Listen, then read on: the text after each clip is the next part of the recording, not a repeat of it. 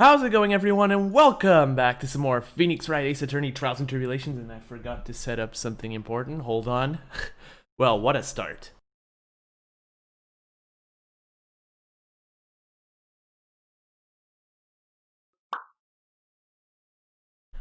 There we go. What you just heard was my controller being plugged in and getting ready to play some Phoenix Wright Ace Attorney Trials and Tribulations, as I was saying.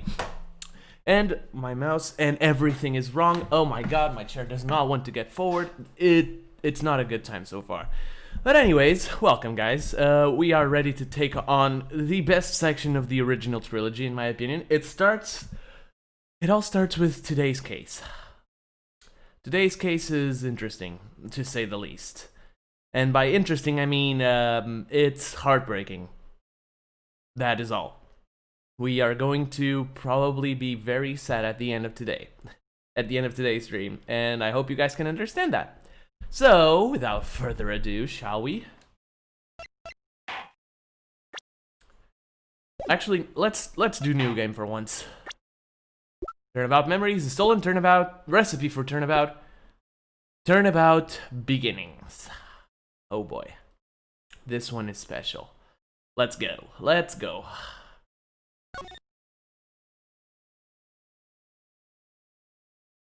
Girl, let her go.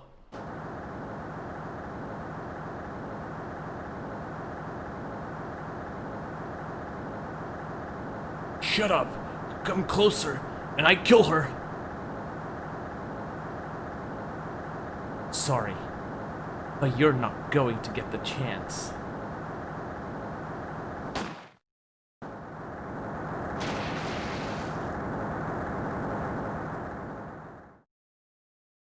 And so begins Turnabout Beginnings. I'm reading through the file of an old court case. It was the first case of my longtime mentor, Mia Faye.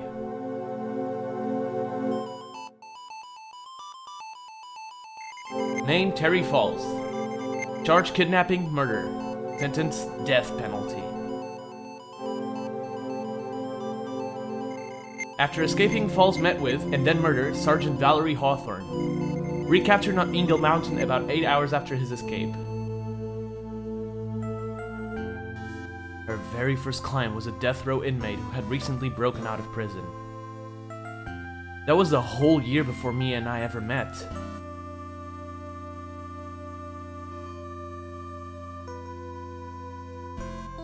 "6 years earlier, Mia Faye first trial, and now you guys can see that this is not your typical case.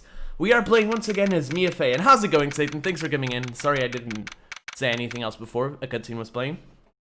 But basically, we are playing again as Mia, just like we did in the first case of this game. Oh, here we go. Just making sure. And hey, Jardel, how's it going? Thanks for coming in, man. Welcome to the stream. February 16th, 9:24 a.m. District Court, Defendant Lobby number 4. Oh, speaking of which, I actually recorded Chrono Trigger today, so expect an episode later on this week. I'm so nervous. I feel like I'm going to die. Never should have accepted this case.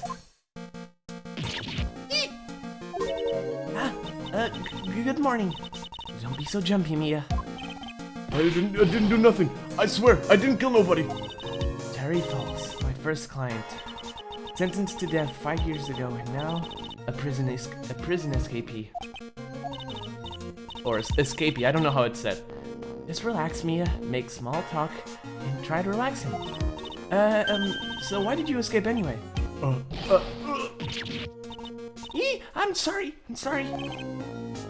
I didn't do nothing. I didn't kill nobody. Oh god, there goes my controller again. I never lie. I didn't escape from nowhere. But Mr. Falz, the police just recaptured you 2 days ago. Sorry, I told a little lie. Oh boy.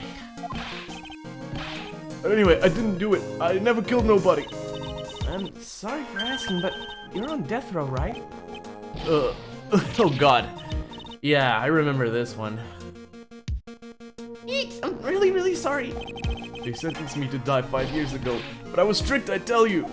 That woman, she lied in her testimony. That's why I got the death penalty. I swear I didn't kill her. I could never do that. 2 days ago, he escaped from the police wagon when it crashed. And about 8 hours later, the policewoman was murdered before the police could recapture him. The police believe that Terry Falz did it. After you escaped, did you meet a policewoman? Yeah, I did. She's the reason I escaped. So that much is true. You did meet with the victim. But I didn't kill her! She was alive when I left. She was alive! It's true!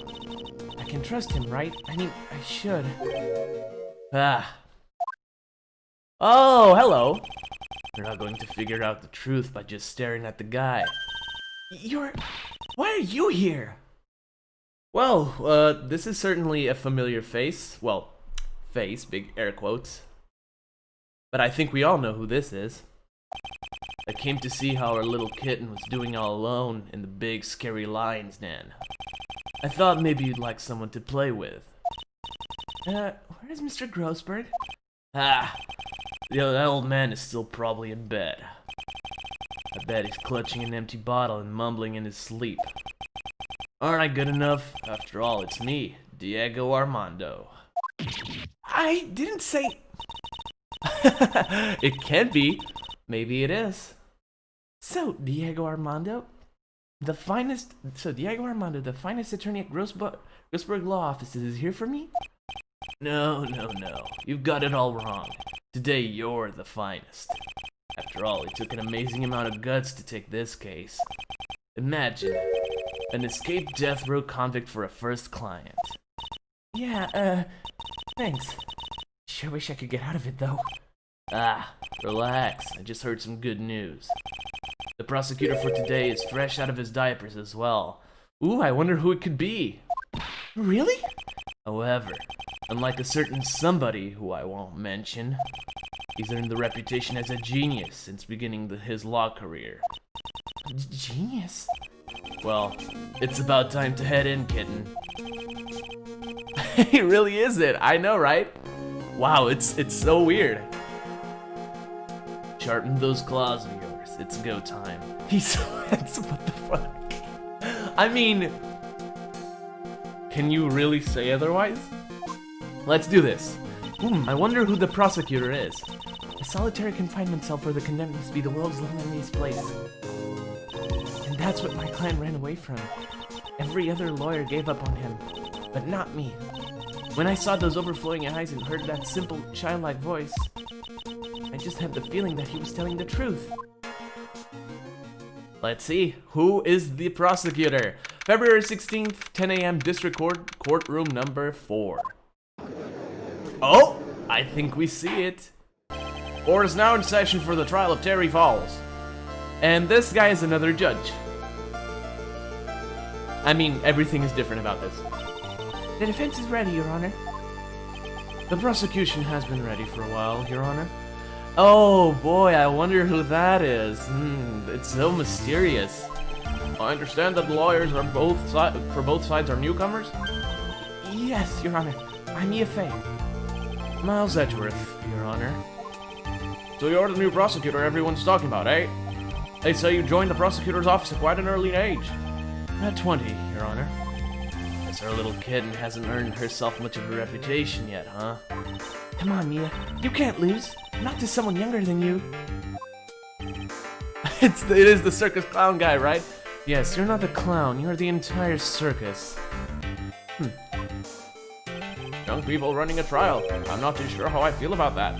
Now then, the defendant in this case is currently a felon on death row. 2 days ago, he escaped from a police wagon. Is that correct? Precisely. The defendant is not on trial for escaping prison. On the day that the defendant escaped, a policewoman was murdered.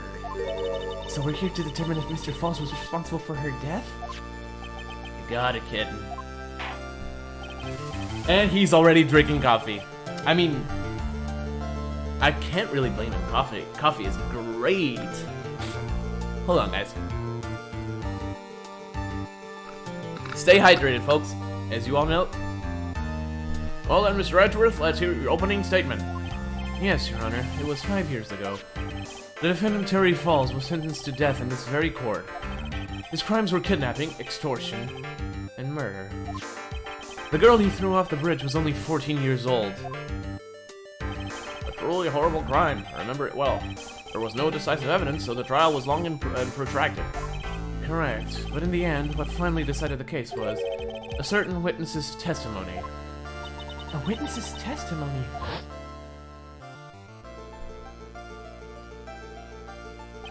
The testimony of Detective Valerie Awthorne, the person who confronted this criminal. She arrested Mr. Falz at the scene and later testified against him. She said she witnessed Mr. Falz throw his young victim into the river. Oh boy, doesn't seem too good, does it? For those who are not aware, Eagle River is well known for its powerful current. Most bodies that fall in are never recovered. So Miss Awthorne's testimony was the one that put him away. That police woman you just mentioned, that wouldn't be... Exactly. The victim, the same woman that was killed 2 days ago. Police Sergeant Valerie Awthorne. Aha, I see. The man who was sentenced to death based on her testimony escaped 2 days ago, with only one thing on his mind, to take revenge against the woman who convicted him. Aha, the truth is becoming clear to me now. Huh? Yes, yes. Hold on, guys, I need to wipe my nose. It's incredibly picky.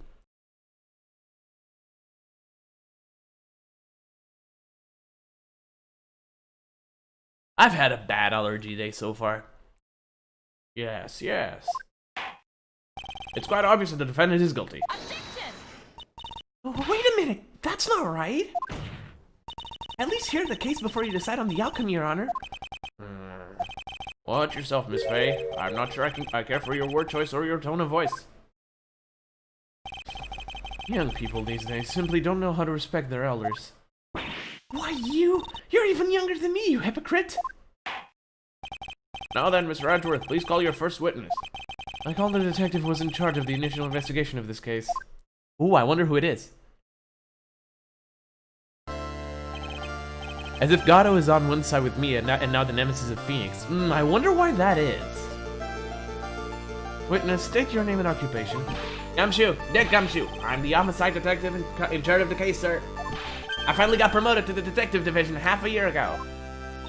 I don't believe anyone asked you about that. Oh, god damn it, Mia. Be a little more compassionate to the guy. Hey, ma'am, you got any idea how much work it takes? What is it? You're really gorgeous.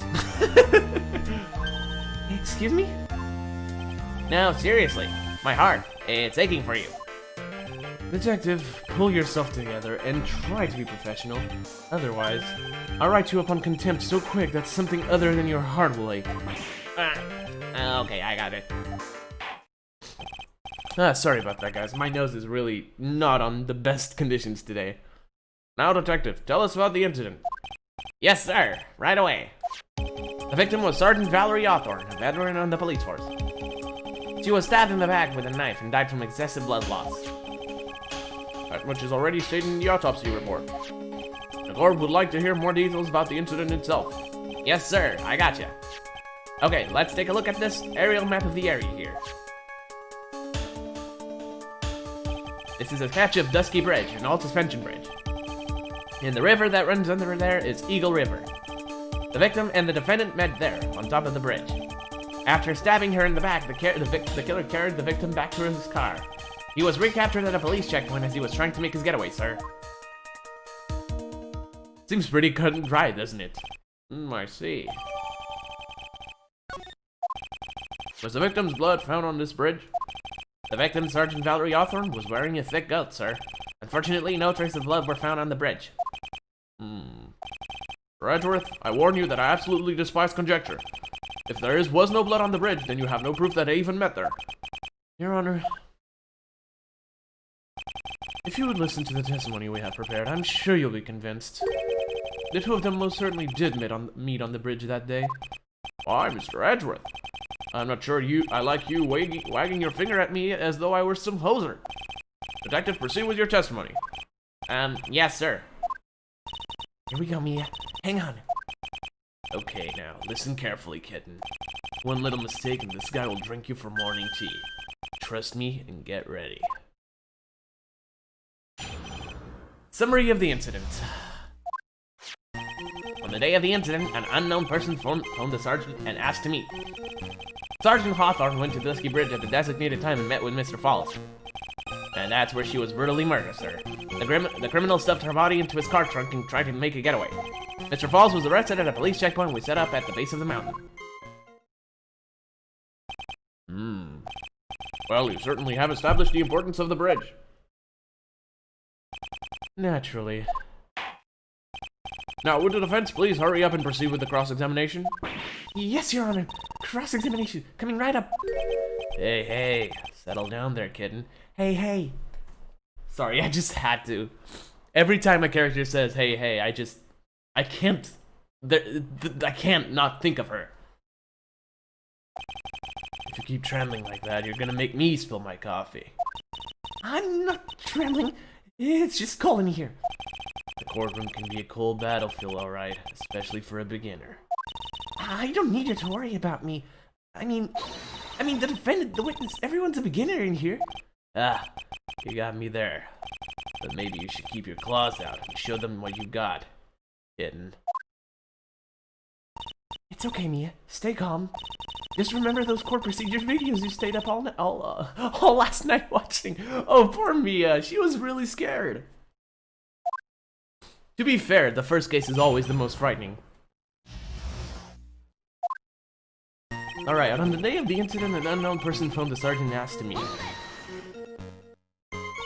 This unknown person, you have no idea who it might be, right? Sorry, but I'm afraid I did. What? The one who called Sergeant Hawthorne was the defendant, Carrie Falz. What? The defendant? The defendant called her? Sergeant Hawthorne was a very thorough person, sir. You'll have to note about her phone call with Mr. Falz. Note? Yeah, top secret memo she left on her desk. Alright. According to this note, it seems the one who called her to the bridge was indeed the defendant, Carrie Falz. Whose bright idea was it to keep that note from me? Looks like the judge is even more sure of his verdict now. Listen up. Never ask a question if you don't already know the answer. That's that detective's fault. He's the one that said unknown person. Hey now, don't make that face at me. I just said it that way because the prosecutor told me to. Was that a trap? With that cute face, I didn't expect him to be so sneaky. Edgeworth was already a sneaky boy at this age. Sneaky boy. Okay, went to Dusky Bridge at the designated time and met with Mr. Falz. A bridge up in the mountains. But why meet up there? Because it is a very important place to the defendant. That's why. What do you mean by that? If you remember, 5 years ago, the defendant kidnapped a young girl. He was chased onto a bridge, and it was there that he killed his hostage. And the place where all of this occurred is, of course, Dusky Bridge. The very place where Sergeant Hawthorne arrested and handcuffed Mr. Falz. Returning to the scene of the crime. How nostalgic. That's where she was brutally murdered. Alright. Was the body of the victim discovered right away? Yeah, we were really on the ball. We found the criminal within 1 hour of the murder. It was great! We even got to say, "Don't move! We've got you surrounded!" Wait a second. Isn't there something weird about that? The location was a suspension bridge up in the mountains. How did they find out about the crime so quickly? Sergeant Hawthorne must have mentioned the phone call to someone else, right? If that's what had happened, then she wouldn't have been killed.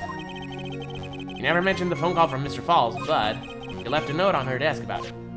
If only I had noticed it earlier, maybe she'd still be alive. I wonder why she didn't mention the phone call to anyone. I need to see something. Okay, talk to Dahlia. Tell her this time. The whole truth must come out. Wear white scarf. Okay.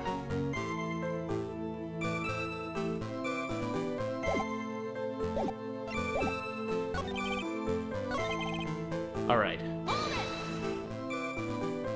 Mr. Falz had a car then? Well, that bridge was way up in the mountains, ma'am. The defendant and the victim both went up there by car. I mean, how else, right? What? You mean the defendant drove his own car? No, of course not. It was stolen. He stole it from a young couple that had been waiting at a red light. Car thieves. Not sure how I feel about car thieves. Is this guy sure about how he feels about anything? This is the photo of the stolen car's trunk. Oh boy. Naturally, that's the body of Valerie Hawthorne in there. Whoa, that doesn't look too comfortable. The victim, she was stabbed in the back, correct? Yeah. For some reason, men always seem to get stabbed in the back. We're talking about a woman here? You can tell from this photo, but the knife was stuck in her back, nice and firm. Condition of the body when it was discovered is very important information. Detective, was there anything strange or noteworthy in the trunk of the car? Here's a photo of the trunk, but I don't see anything strange, do you? Oh, I do. Objection! There it is. Witness! Poor Mia. Well, what is it? Do you have something to say, Miss Faye? I'm sorry. I totally forgot what I was going to say. Poor Mia. Come on, just say it. She's not wearing a white scarf like it said in the note. It's that easy. Come on. This is the first time I actually had to address someone like that. To practice before coming to court. Honestly, Miss Faye, I'm not sure how I like this. Hey there, little kitten. Want my piece of coffee, Candy? Candy? Well, you're still too young to be drinking real coffee. Damn! Come on, Mia. Shake it off. You're a lawyer. Detective! Yes, ma'am. This photo. You said that there was nothing peculiar about it. Is that correct? Yeah, that's what I said. Well then, I suggest you take another look at the note written by the victim. The note? It very clearly says wear white scarf for identification. English. I good English, guys. I good English, I swear. The caller must have forgotten what the victim looked like. Thus, the special request. I have one very simple question for you, Detective. Where is the white scarf? I can't seem to find it in this photo. Well, to be honest, we didn't find it in the trunk, ma'am. And you stopped there? You should have looked for it!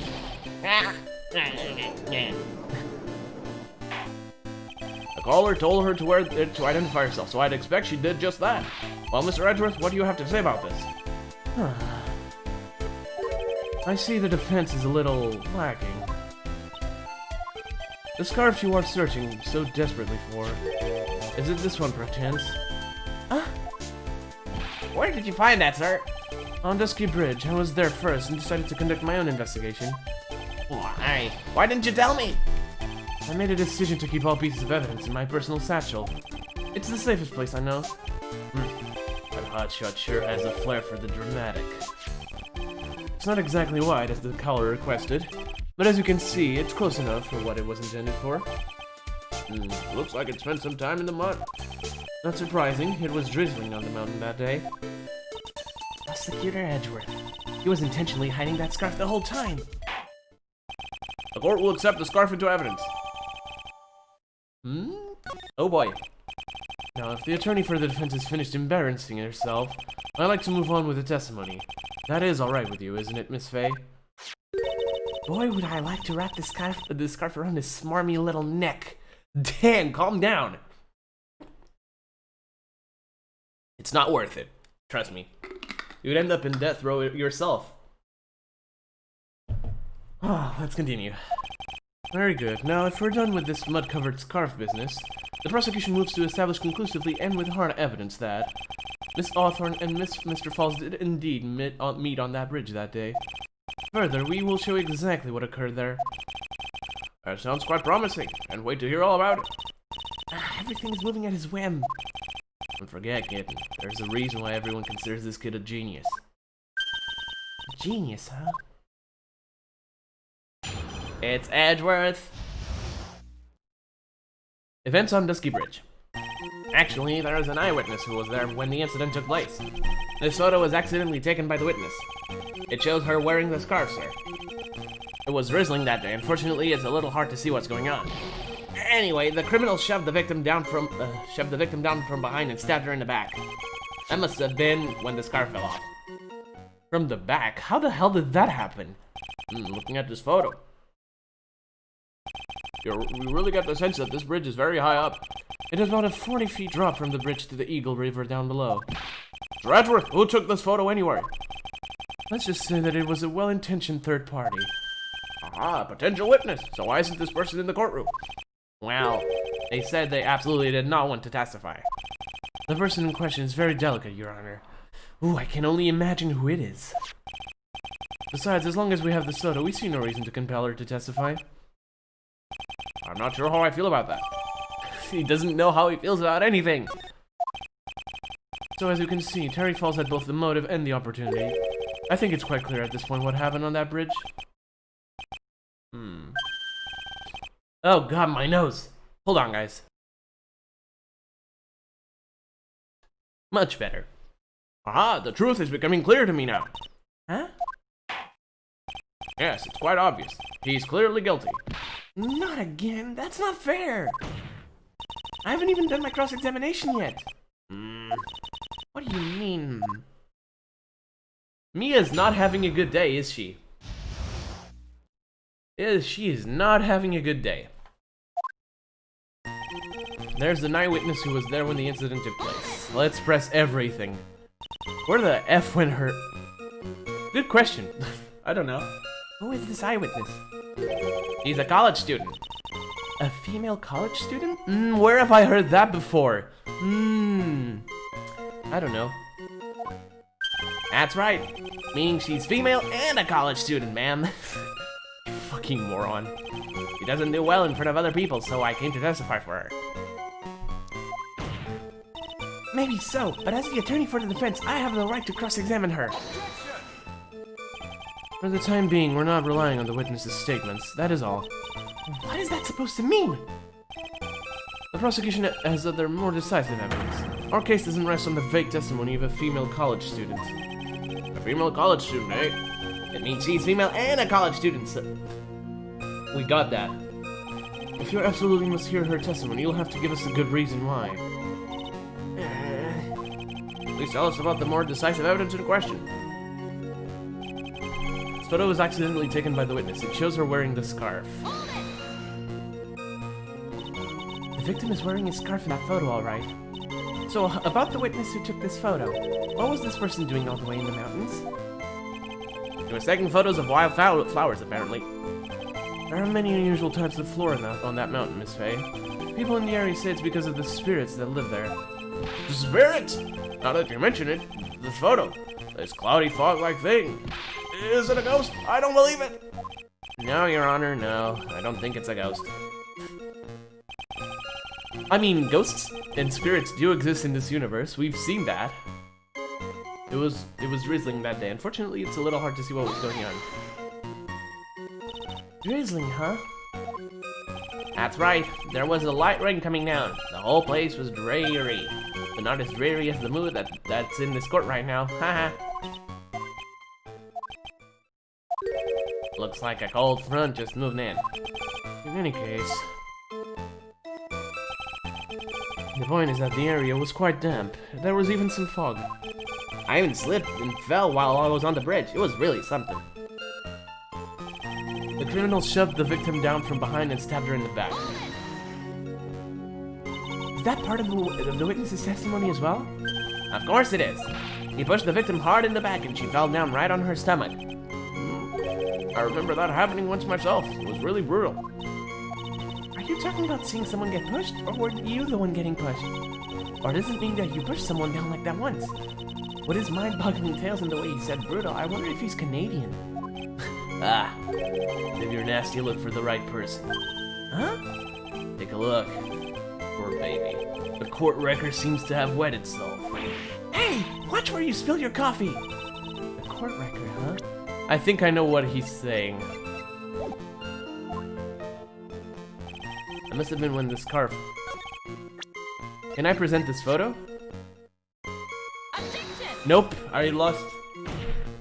Your Honor, what do you think of the witness's statement? I don't think anything of it. How about you? I guess I don't think anything of it either. And we don't have a problem, but we do have a penalty. If there wasn't a problem, couldn't you just let it slide? Alright, let's just press the last one. So in other words, there was a struggle between the criminal and the victim, right? That's what the witness said.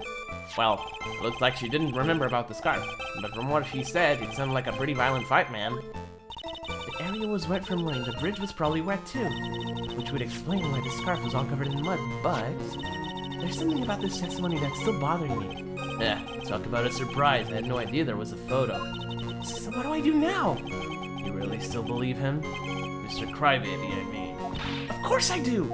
A little kitten believes in fairy tales, huh? In that case, the answer is obvious. If what you believe is the truth, that means that somewhere hidden in that testimony is a contradiction. One huge contradiction waiting to be discovered. That's your chance. Ooh, I wonder which one it is. I actually don't know. It's, I don't know which one it is.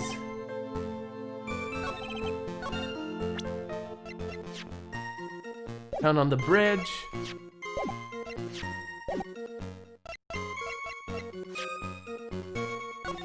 Okay. I don't have any ideas this time.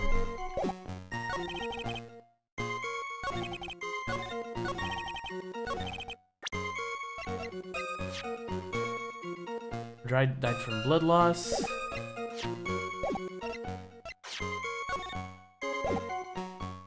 I don't know. I actually don't. What can I do here? I'm stuck already. Only the second testimony, come on. Oh, hold on, guys.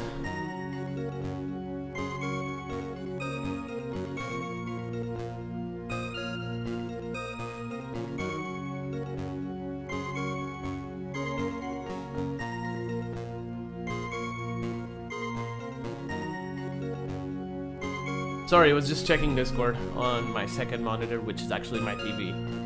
But yeah, I don't know. Anyone got any ideas? I'm all ears.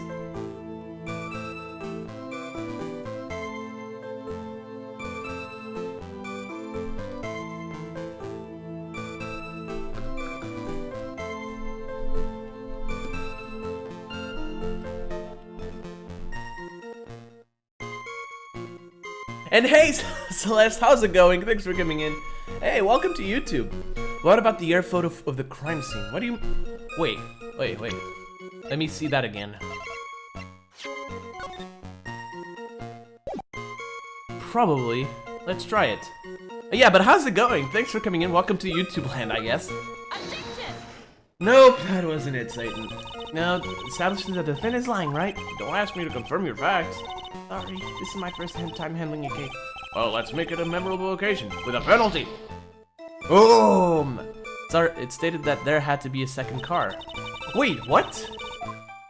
Did it?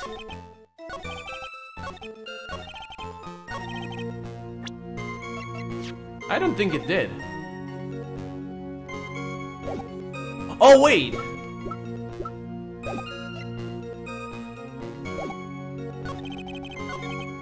I think I know. Objection! I don't think I know. No, come on. That's 3 penalties in a row. God damn it. Yeah, true, I guess. What's the problem? Pointer fingers are made for pointing. That's true. But, see, this is what I don't get. There's like a huge gap here. How the hell would a witness have taken a photo from like this place? Which you guys can't see because my mouse isn't being captured, but whatever. Anyway, I guess I'll have to look at a guide. I hate doing that. Hold on, guys, hold on. Fucking hate it. I swear to God I do. Alright,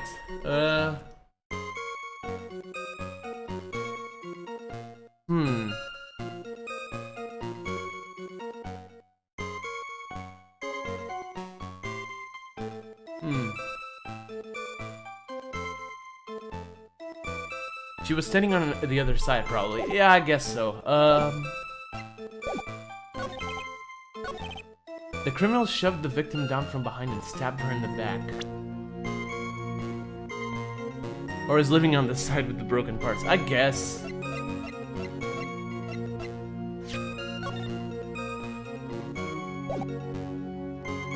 I guess this is it? Objection! Why? So at the time of the crime, there was a light drizzle coming down, correct?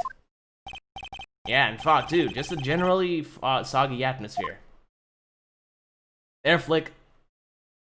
Well, I have evidence that doesn't go with the soggy atmosphere. Right, she's not soaked! Oh boy. Well, this is a photo of the victim's body that was found in the car trunk. But she's not soaked. Considering the conditions of the crime scene, something isn't right. Well, by all means, please enlighten us as to what isn't right. What about this? What is it about this photo of the trunk that doesn't fit with the conditions of that day? The coat. Pretty sure. Actually, the answer is right here. The victim's coat? As far as I can see, there is nothing strange about it. That's exactly what's strange. Remember the testimony. Come on, I know, right? Remember the testimony. What were the conditions on the bridge that day?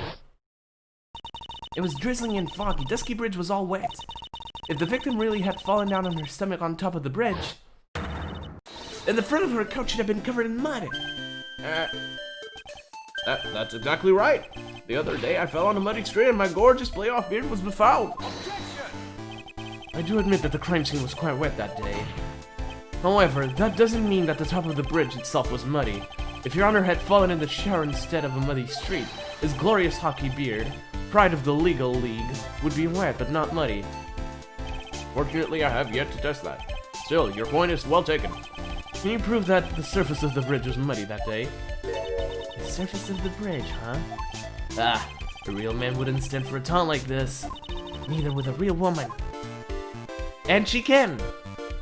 Of course I can. Here's the evidence that proves the surface of the bridge was muddy. The scarf. The evidence is this scarf. Ah, it should be obvious. If the scarf fell onto the bridge and got this muddy, it means that the bridge was obviously covered in mud. No, I can't be outwitted by this novice bimbo. Hey, same to you, buddy.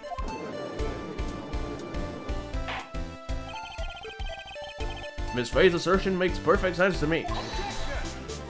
I do admit that there appears to be a contradiction between the condition of the victim's coat and her scarf.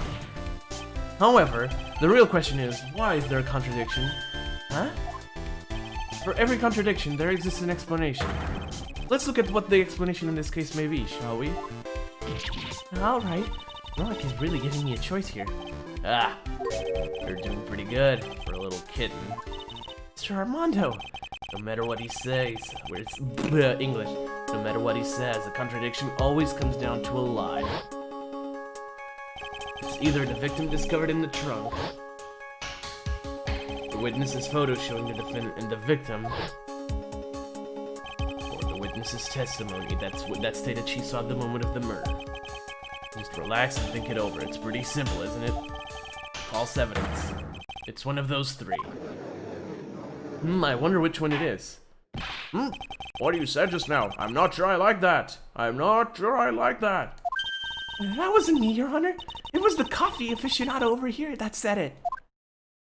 This court is not in the habit of accepting false evidence, you know. Blame it on him, Your Honor. He's the one trying to slip false evidence into the court. But we won't let him. We'll expose his evidence as the flimsy scam it really is. Yes! The false evidence in this case is the witness's testimony. It's the only one that makes sense. The body in the trunk can't be fake. The witness's photo as sure as hell isn't fake. It's the witness's testimony. It is a no-brainer. Obviously, it's the witness that's suspicious. During his earlier testimony, the detective pointed out a crucial fact. The criminal shoved the victim down from behind and stabbed her in the back. Now, is that testimony exactly what the witness claims to have seen?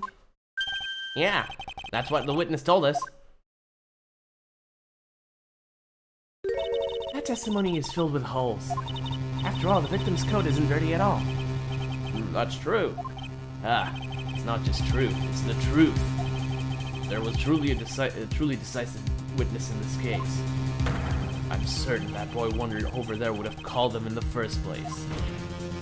Your Honor, the defense requests to cross-examine the eyewitness. The testimony presented so far is not only vague but contradictory as well. There we go, Mia's getting on top of the case. Well, Mr. Edgeworth, it appears that we'll need to hear from your mystery witness after all. You should brace yourself for the brutal truth. Your Honor, the prosecution has no intention of hiding the witness from the court. We are prepared to present our witness at any time. Very well. Please bring forth your witness at this time. Mr. Edgeworth said kind of worries me. What does he mean by the brutal truth? Here we go. Now, let's proceed with the testimony. Mr. Edgeworth, please go right ahead. Thank you, Your Honor. The prosecution summons the woman who saw the events that day with her very own eyes. Here we go, boys and girls, and those in between. I don't care. This is it, Mia. The battle begins here. Witness, what is your name and occupation? Oh, boy. Ah, hello.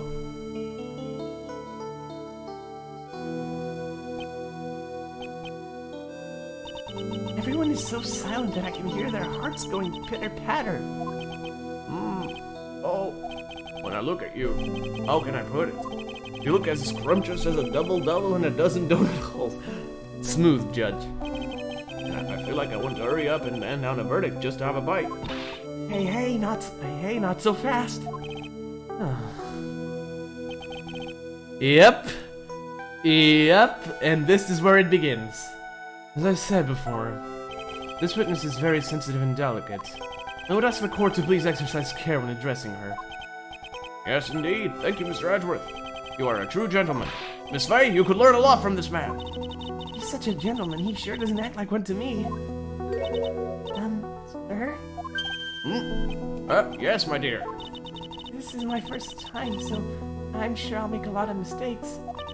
Anyway, I just wanted to say I'm sorry for all the trouble I might cause. Not at all. It's no trouble at all. Now then, may we please have your name and occupation? My name is, Melissa Foster. I'm a college student, a freshman in the literature department. Melissa Foster, huh? Hold on, my controller is stuck again. I'm sure you guys remember this pretty face from the first ever stream of Phoenix Wright's Trials and Tribulations. Oh boy. You were on the scene when the unfortunate event occurred, correct? And you were the one who took this photo? Is that accurate? What? How can you be so mean? Now see here. What are you doing shoving that in her face like that? Huh? But it's just a photograph. It's not like it's something dangerous. Next time I'll be forced to penalize you. Uh-oh. I don't like the turn this has taken. Is she staring at me? And you would be? Huh? I'm the defense lawyer. My name is Mia Faye. I see. So you are... Now then, young lady, could you please give us your testimony? Yes, Your Honor. I'll do my best. Didn't you guys find weird that the victim's last name is Hawthorne? Come on. Come on. The victim's last name is Hawthorne. Didn't that raise any red flags? The witness's photograph. I was using my camera. You don't trust this Melissa character. I wonder why. I was using my camera to take some pictures of wildflowers. And I noticed there were two people standing up on the suspension bridge. And suddenly, they just started fighting. That's when I heard and took the photo that shows the crucial moment. And right after that, I called the police. By the way, where were you standing when the incident occurred? I believe the map would be of help here. I was... This is exactly what I was saying. It's impossible. From the position they were, it's impossible to take a photo from there. I was standing in a beautiful field surrounded by tall cliffs. So you took the photo from that location, eh? I brought the camera I was using at the time, just like Mr. Edgeworth asked me to do. Oh, what a cute camera. Oh, you Hawthorne. A cute camera, just like its owner. Right then, Miss Faye, time for your cross-examination. But I warn you, make this witness cry again, and you'll feel the wrath of my gavel. Oh god, my nose. Alright, here we go. Let's press. Did you say wildflowers? Yes, the mountain is famous for its beautiful spring wildflowers. But it's only February. Well, I couldn't wait for spring to come. Oh, I know just how you feel. It's just like when I first started growing this glorious beard of mine. Her position does not make any sense, I know, right? I just couldn't wait, so I wore a dyed blonde Santa beard until... Satan, I'll give you about a minute to... No, about 30 seconds to screenshot this one. This is beautiful. Alright, just waiting.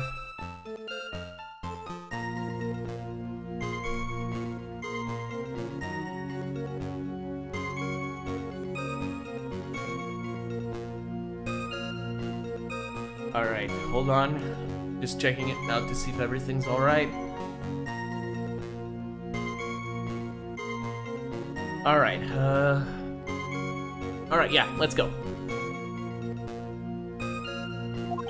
Would you mind if we got back to the facts of the case, Your Honor? Thanks. And I noticed there were 2 people standing up on the suspension bridge. Is there anything strange about the 2 of them? I'm a bad girl. I know I am. And it looked like they were having a really serious conversation up there.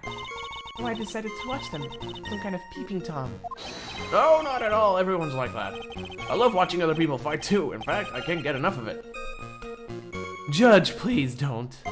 Actually, that's why I took this job in the first place. Too much info, Your Honor.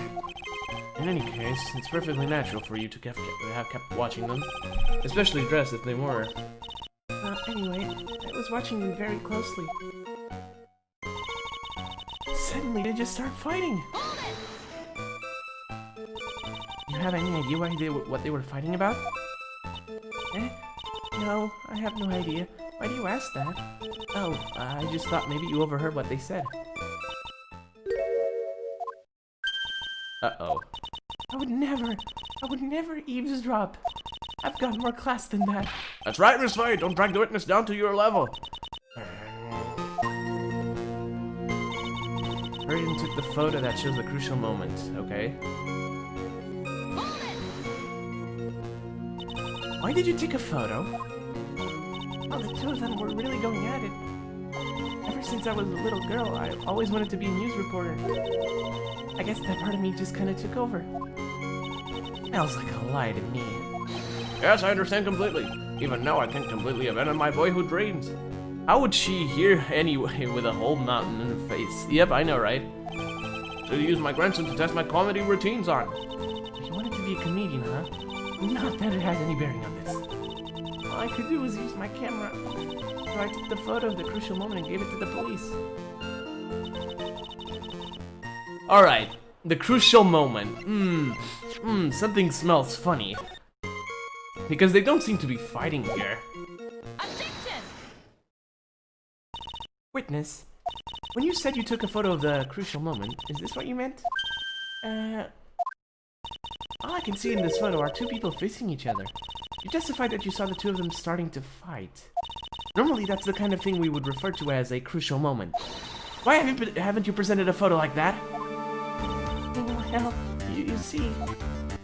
The photo we presented was the only one there was.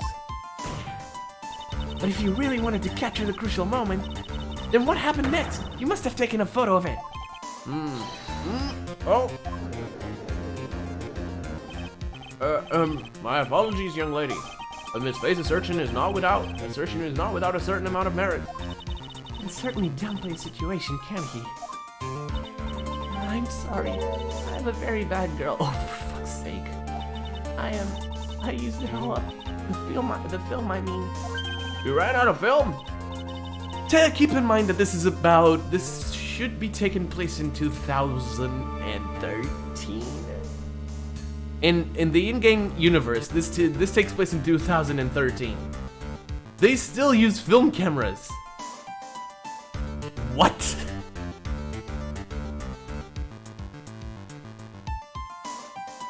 Sure thing, buddy. This photo was the last one. What? Unfortunately, that is the truth. I personally examined all of the photographs she took that day. All the other photos are of the witness herself playing among the wildflowers. The witness herself? Then who took the photos? Well, you see, my camera has a timer feature built into it. Alternate universe success.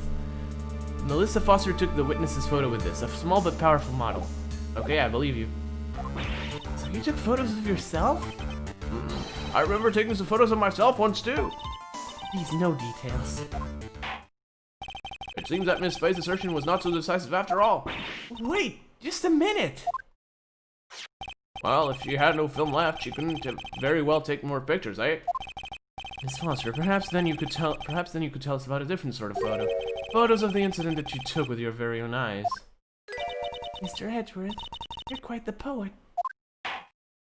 Very well then, let's get back to the cross-examination. Let's hear your thoughts on the fight that you witnessed. Yes, Mr. Judge. Boy, this guy is really a sucker for sweet talk. Ah, it looks like the other kitten in the room is the one that's getting all the attention. Yeah, it's sickening. So we're back to the cross-examination. And this is a new mechanic that's introduced in this case, and it's used for the next case as well. So basically, you present an objection on a cross-examination. If you get it right, there's a chance that the cross-examination continues with the same testimony, but with added stuff.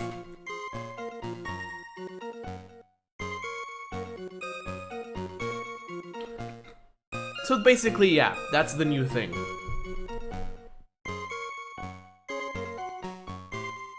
Oh, sorry about that. I was using my camera to take some pictures of wildflowers. Yeah, we've seen this. The victim turned around and tried to run away, but... I see something wrong here. The victim? The victim? Why do you think she tried to run away? With her police training, she certainly knew better than to turn her back on a criminal. Objection! This was a large, powerful man with a knife.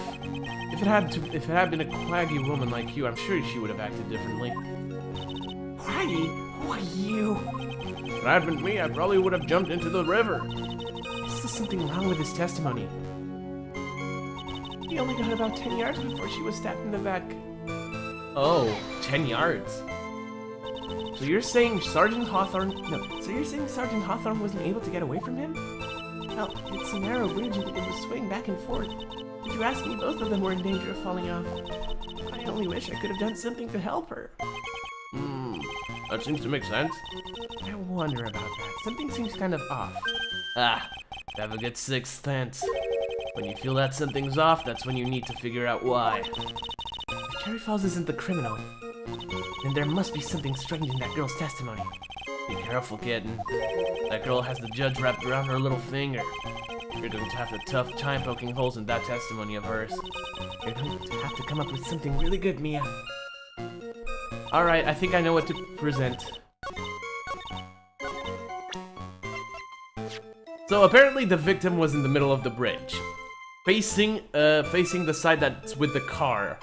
If she turned around, she would eventually come across a part of the bridge that's broken. Wasn't the whole mountain only 5 yards? Basically, what I was about to say is, if she turned around, she would find the broken part of the bridge. She wouldn't have been able to go there. Objection! Witness, your testimony is a joke. Huh? What? I just... Miss Faye, I thought I warned you not to make the witness cry. Hair flick. One short testimony and 2 bad contradictions. There's no possible excuse. You say there were 2 contradictions? It's simple. Just take a look at the diagram of the area. According to her testimony, the 2 of them were in the middle of the bridge. But if they were, and the victim had turned around and tried to run, well then... She would have hit a dead end. You said 10 yards, but she couldn't have even ran. She couldn't have ran even 5 because Dusky Bridge is collapsed on that side. Crying. Crying. What does all of this mean?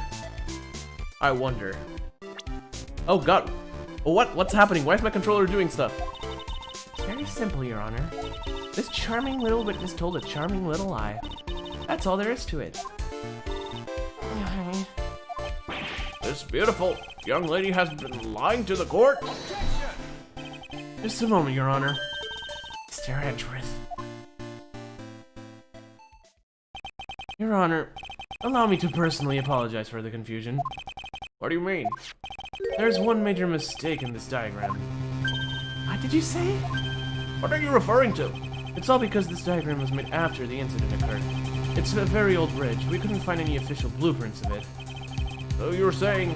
I'm saying that even though this bridge is currently in disrepair, sorry, there's no evidence that can prove that the bridge was broken during the incident. That's ridiculous! You can actually tell the condition of the bridge from this photo. I apologize to the court for not being more clear when I presented the evidence.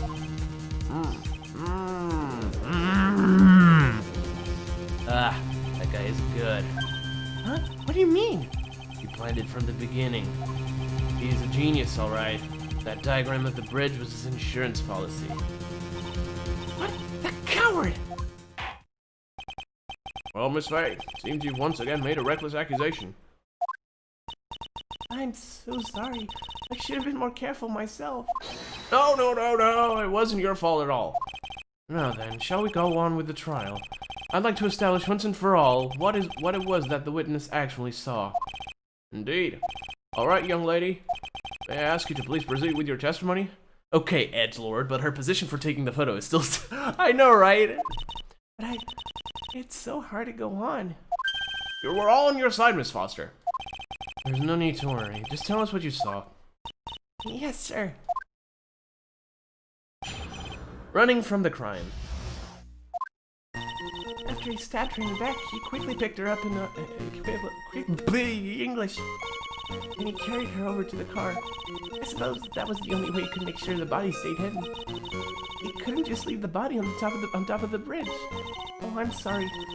I'm only supposed to talk about what I saw. Witnessing such violence must have been difficult. Yes, sir. I'm still shaken up. If he accepts this testimony as it is, we're finished. Don't say that! Oh well. Maybe I'll stop off at my favorite cafe on the way home. They make a really great mocha latte. This trial isn't over yet! Ah, that's what I like to hear. Right, Miss Faye, your cross-examination, if you please. Contradiction is staring you right in the face, Mia. Go on the attack. Of course, I've already seen it as well. It's pretty easy. Okay, but I'm gonna press anyway to get dialogue. Are you saying the victim didn't fall down on the bridge? Actually, maybe she did fall. Of course she didn't fall down on the bridge. If she had fallen down, this photo wouldn't make any sense. If that was the case, her coat would have been all muddy. Objection! If you don't mind, I was asking the witness. No need to be so rude. Well, young lady. Of course she didn't fall down. The man in the prison uniform grabbed her before she could. Ah, one step too slow. And then, what did the defendant do after that? Yeah, I already know what she's hiding. He carried her over to the car. You personally witnessed that? Yes. Anything strange happened when you did that? Well, I don't know if you'd call it strange or not, but that's when the victim's scarf fell off. You mean this scarf? Our words match what we found at the scene. I don't see any problem. No, the scarf fell off when he was carrying her. It makes sense.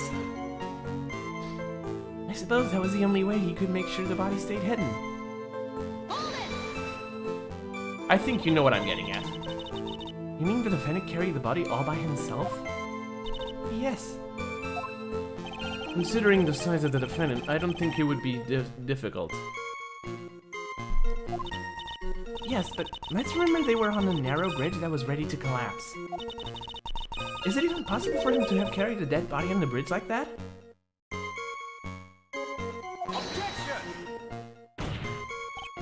Well, the fact of the matter is that he did. That kind of talk is just silly. Wow, why did he get so emotional all of a sudden? Miss Faye, if you think there is some other possibility, please share it with the rest of us.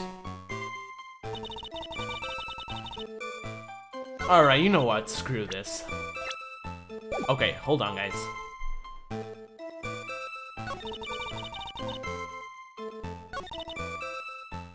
Smacking my controller a good few times because it's all over the place. Where is it? Oh yeah. No, not this statement, please. This statement. Objection! Girl, there was a fucking river beneath them with strong currents. You mean to tell me that if he killed her, he would not have thrown the body into the river? Small brain plays. The killer not wanting his victim to be found. I can understand that. However, the idea of moving the body for that purpose is clearly odd. There was a much easier way to make sure the body wasn't found. Well, what is it? Take another look at the map of the area and you'll see how. There's a river right below the bridge. Earlier, Mr. Edgeworth pointed out something interesting about the river. For those who are not aware, Eagle River is well known for its powerful currents. Most bodies that fall in are never recovered. Oh! In a kidnapping case 5 years ago, the victim's body was carried away and never found. If 10 murders were to occur at the same spot above the Eagle River, you can bet your boots that every other killer would have tossed the body in the water. Order! I'm not so sure if I care for the way you put that, Miss Faye, but I must admit it does seem odd not to have thrown the body into the river. Well, Mr. Edgeworth? How sad. Perhaps Miss Faye would do well to try taking a dip in the river herself. After all, you claim to be such an expert in the ways of nature. What are you talking about? My point is that no matter how odd you may find the killer's method of body disposal, the fact is that this is what the killer did. None of your arguments have anything to do with what the witness saw. Well, quite true. Miss Faye, it seems that your assertion is without merit after all. Objection! What the witness claims to have seen is totally ridiculous. Surely you can deny that the body was found in the trunk of the car? That's certainly consistent with what the witness has told us. Please, witness, go on with your testimony.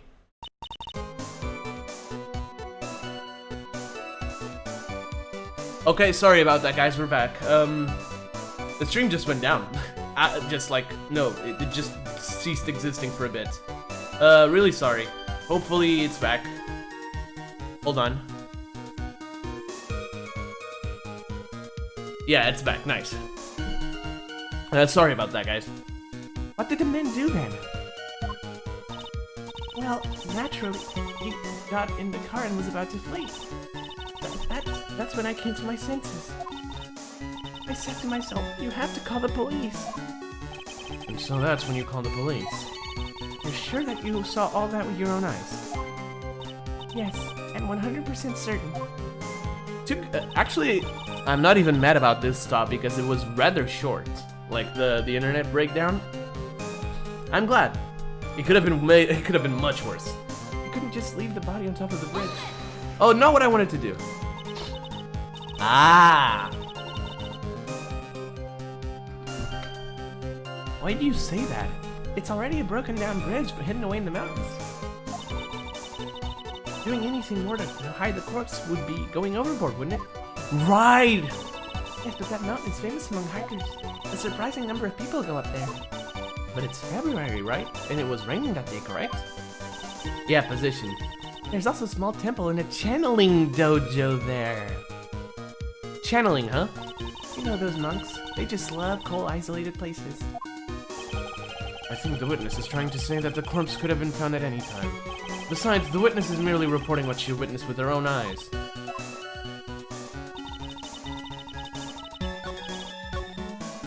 Well spotted, Satan. Well spotted. Hold on, I'm just doing something here really quickly. Alright, my English is not... Yeah. Same thing, buddy. Same thing. Objection! Well, Miss Foster, it looks like you've done it this time. Done what? Made a crucial mistake. A crucial mistake? Like what, Miss Faye? The killer broke into the trunk of the stolen car and hid the body in there. You're saying you saw that, right? With your very own eyes? Yes, and? It's simple, Miss Foster. Take a look at the diagram. The place you claim to have taken the photo from that day is here. Sorry about that. Do you see what I mean? Even if you try to see the car, this outcropping of the rock is directly in the way. That's right, Miss Foster. From where you were standing, you could not have possibly seen the killer's car. I admit that the diagram shows a large outcropping of rock, however, it isn't so tall that it would stop her from seeing the car. That's right. It's not high at all. I was able to see his car just fine. I'm so sorry, but that just doesn't wash. I believe it was the witness who presented this as evidence to the court, yes? The photo. This is the location that the photo was taken from. Your own photo tells the whole story. You can clearly see the left side of the bridge, but the outcropping that is really being referred to is really more of a cliff. Ah!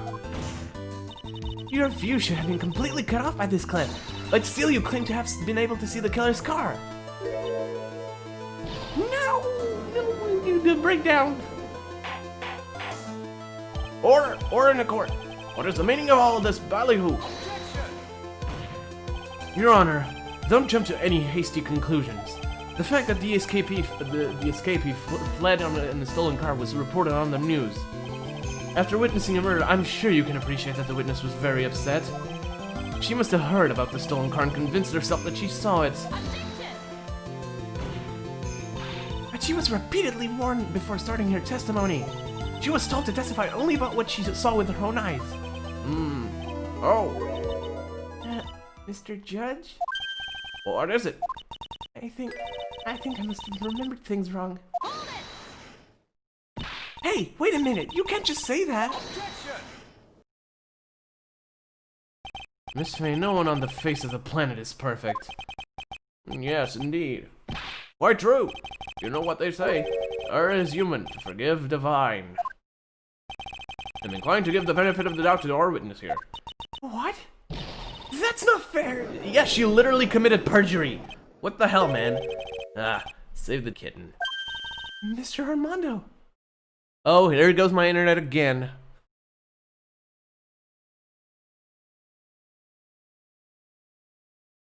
Sorry about that.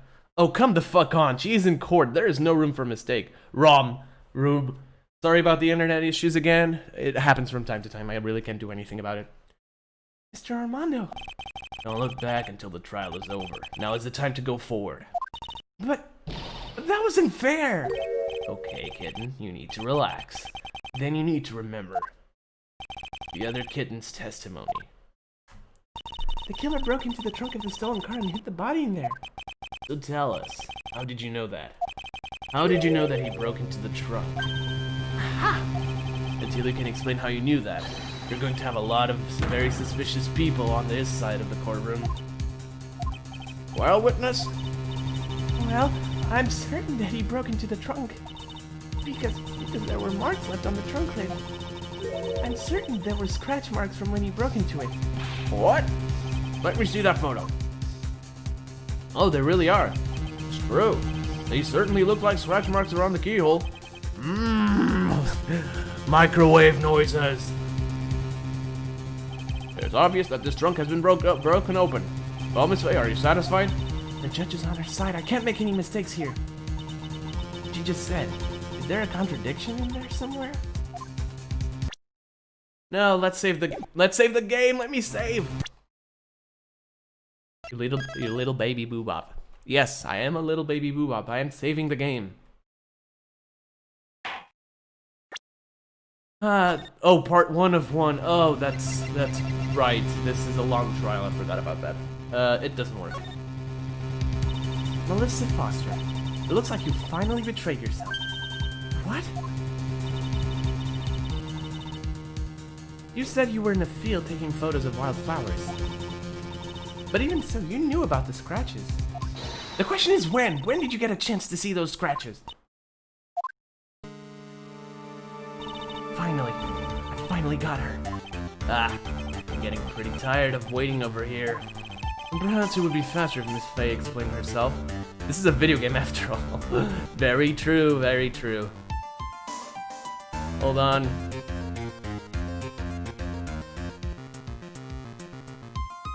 Hold on, guys. I'm just checking to make sure the internet speed is kind of alright. Okay.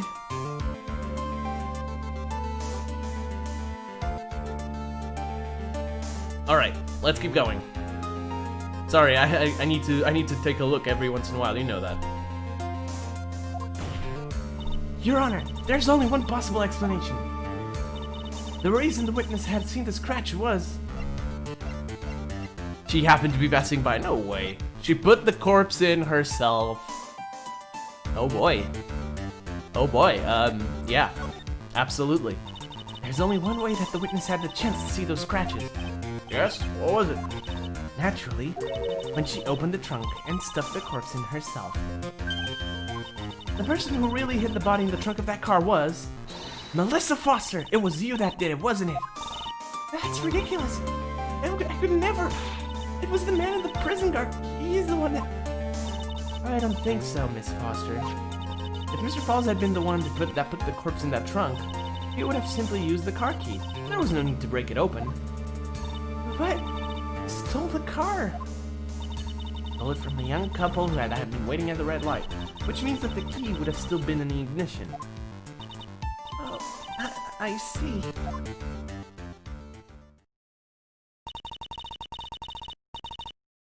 Thank you for telling us about the scratches, Miss Foster.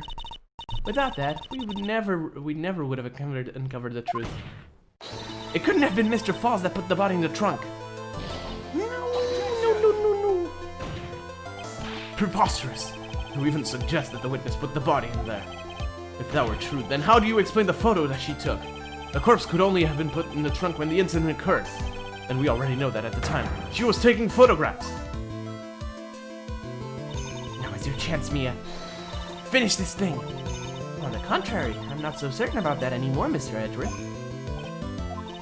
There's no need to think too deeply about it. What I'm saying is the shutter for this may not have been pushed by Miss Foster herself. Right, it had a timer function. No, yeah, but she had a timer function. I don't think you can make a mistake about it. Take a look at her camera. It has a timer built into it, even a mini tripod. Almost as if the camera was brought just to take this picture. What are you trying to say then, Miss Faye? That when the crime occurred, Miss Foster wasn't in the field as she claimed? Well, if she really did use the camera's auto timer... Yeah, right, the timer's all. Ha! And the answer is yes, she was somewhere else. Exactly, so she was not in the field. Would the defense please explain further? Listen, this is a crucial point. Where was Miss Foster when the incident occurred? In answering that question, we'll also make clear Miss Foster's true identity. Ooh boy, I wonder where it is. Well then, please answer this question. Where was Melissa Foster when the incident on the bridge occurred?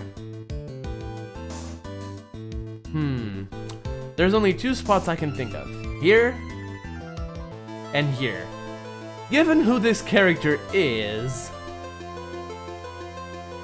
I'm pretty sure it's here. Naturally, the witness was right here. But that's where the victim, Miss Hawthorne, was standing. Order, Miss Faye, what on earth? Your Honor, if I may. After parting with the victim on the bridge, the defendant fled by car. this would mean that there was no time to put the victim in the trunk. In other words, if someone put the body in the trunk, it could only have been before the defendant met the victim. How asinine. Of course Mr. Falz met with the victim. The only person with the opportunity to have put the victim in the trunk is the same man that killed her, Terry Falz. You still don't understand, do you, Mr. Edgeworth? By the time the witness's photo was taken, the victim was already dead. The person in the photo was not Valerie Hawthorne. What? I've never heard anything more ridiculous in my entire life. Then who exactly is the victim in this photo? It's obvious, isn't it? It's your own witness. What? It's the only possible explanation. The woman that Mr. Falz met on the bridge that day was not Valerie Hawthorne. It was you, Melissa Foster. Me? Let's remember that it was raining and foggy on the mountain that day. Mr. Falz himself believed that the woman in front of him was Valerie Hawthorne. Yeah, it does. But the defendant knew Valerie Hawthorne very well. After all, she was the woman whose testimony helped him get convicted. But since then, my client has spent 5 hard years in a federal penitentiary. English. He couldn't remember exactly what she looked like anymore. You are just making this as you go along. Where's your proof? Got it all right here. This piece of evidence will blow this case wide open. At the time of the incident, Mr. Falz had forgotten what Valerie Hawthorne looked like. The victim's notes. Mr. Falz had forgotten the victim's face. That's why he needed some piece of identification, namely this muddy scarf. It was Mr. Falz who requested that she wear this scarf to identify herself. That's already been proven by the note the victim left. In other words, as long as you were wearing a scarf like he asked, anyone could have pretended to be Valerie Hawthorne. Well, what do you have to say to that, Melissa Foster? There it is. Did she collapse? She collapsed, okay. Where's Miss Foster? She's collecting herself in the lobby. It's obvious that Melissa Foster did it. She hid the body in the trunk and disguised herself as the victim. Set up the camera to snap a fake photo of them together. The only question is, why did she do it? Isn't that obvious? She's a true criminal. Or accident? I don't know. Well, we'll have to wait for Miss Foster to compose herself before we start again. Until then, this court is in recess. The defense and the prosecution are instructed to wait in the lobby. Yes, Your Honor. Understood. No, understood. No, I almost forgot my voice. Very well. This court is in recess. To be continued. And I want to finish this today, so let's keep going. My nose. Yes, please.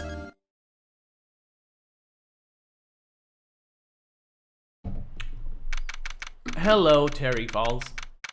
February 16th, 1:14 p.m. District Court, Defendant Lobby Number 4. Mr. Falz, I'm sorry. I'm sorry. I want to say thanks. You're real good. You really hooked me up. Thanks. We're almost there once I prove that she committed the crime. Yeah, but there's one more big obstacle we've got to get past. This is intense. You haven't seen anything, Satan. You haven't seen anything. You don't know what intense is. Obstacle? Yeah, motive. Why would Melissa Foster kill that policewoman anyway? Motive, huh? Anyway, we're still badly in need of information. I wonder where we're gonna get that information. Information, right. What we need the most is info about this Melissa Foster herself. All we know is that she's a student studying literature. In English. And one more thing. What is it? Well, the incident that happened 5 years ago, of course. The kidnapping murder case that Zebra Boy's on death row for. I didn't do nothing. I didn't kill nobody. I never lied. Mr. Falz, in that case, tell us more about it. About what happened 5 years ago. Okay, I trust you. That day, 5 years ago, I dream of it every day. This is my first experience with Phoenix right behind the sides of the memes. Yes, it hooks you. It really does. Also, get ready for a song. This song is good. Oh wait, doesn't it? I don't know if it plays here. Okay. This picture, it reminds me everything. Bridge looks same, just like then, 5 years ago. Like it could fall apart any minute. Does it play? It's been broken like that for at least 5 years. Ah, sorry buddy, but you sound like the one that could fall apart at any minute. It's true, I did kidnap her. 5 years ago, I kidnapped my girlfriend, Dahlia Hawthorne. There it is! There it is! There it is!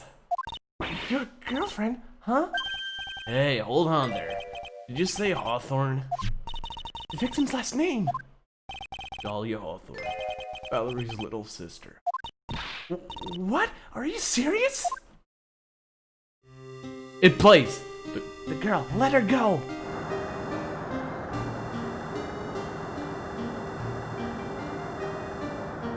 Shut up! Come closer, and I kill her! Sorry, but you're not gonna get the chance.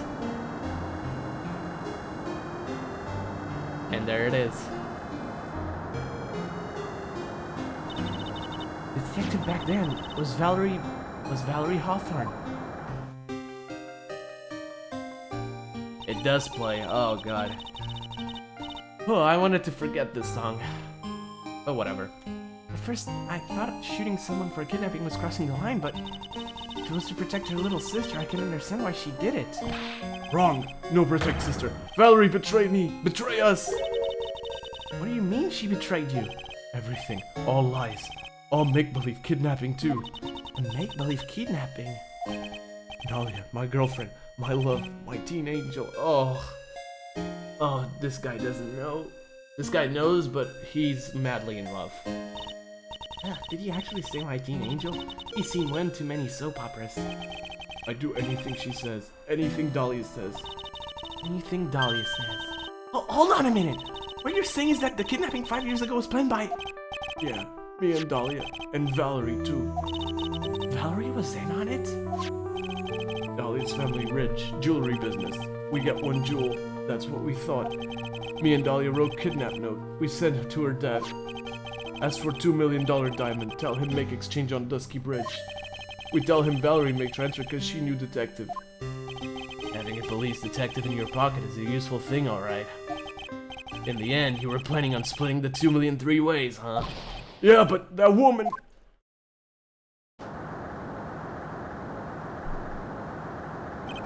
That woman, Valerie, she'd do it for real. She shoot at me for real. Me and Dahlia.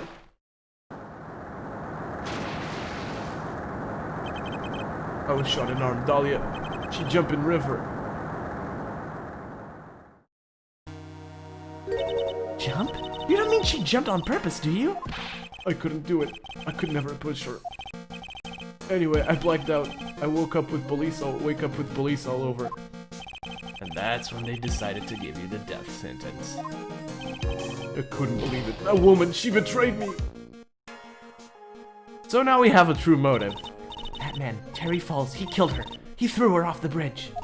He threw my beloved sister into the roaring river 40 feet below.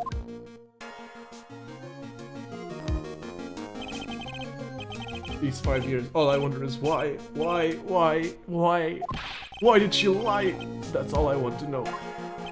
So that's why you called her. You wanted to hear the truth from Valerie herself. Yes, but I forget what she looked like, so I tell her to wear a scarf. I don't want to hurt her. Just ask why. Oh man, this guy's... Oh.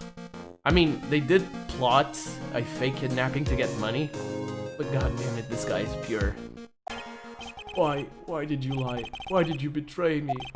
I just want to hear answer come from her mouth, that's all. So that's why you made a crazy escape like that. I was already thinking that the girl jumped. Yep. Just one thing, zebra boy. My senses are tingling all over. Tell me, Mr. Falz, where is it? Huh? Where's what? Come on now, kitten. The ransom. The $2 million diamond. Remember that now? Did you give it back to Pops? Did the police take it? I don't know. Huh? You don't know? No, really, I don't know. It's gone with Dahlia. Dahlia? That day on the bridge, Dahlia put it in backpack. And jumped with it. So basically the only person who got it was Dahlia. Ooh. Oh boy. Now gone with Dahlia. Gone forever. Into Eagle River. It disappeared with Dahlia, huh? Wait a minute. You can come back in. You can come back in now. We're about ready to go. Mr. Falz, just one more question. When you said with Dahlia, do you mean the diamond is still missing? Along with the body of Dahlia Hawthorne? Never found her. My sweet Dahlia. They never found her. Swallowed by river. Gone. Dahlia. My teen angel. You're a teen angel. How old was she anyway? Just 14. How old is... Okay, so Dahlia is missing. 14? I guess you were robbing cradles before diamonds. She plans a fake kidnapping and disappears into the river with the rock worth 2 mil. Man, oh man, angels these days. Falz takes the fall and gets a one-way ticket to death row. Is Dahlia Hawthorne an angel, or is she really a... It's time, kid. Looks like we have a few more aces up our sleeve now. You bet!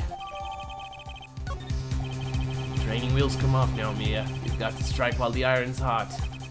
That's one of my rules, remember it. Well then, things just got a whole... Yes, Dahlia would be 19 now. 5 years between the case and now, so yeah, 19 years old. Absolutely correct.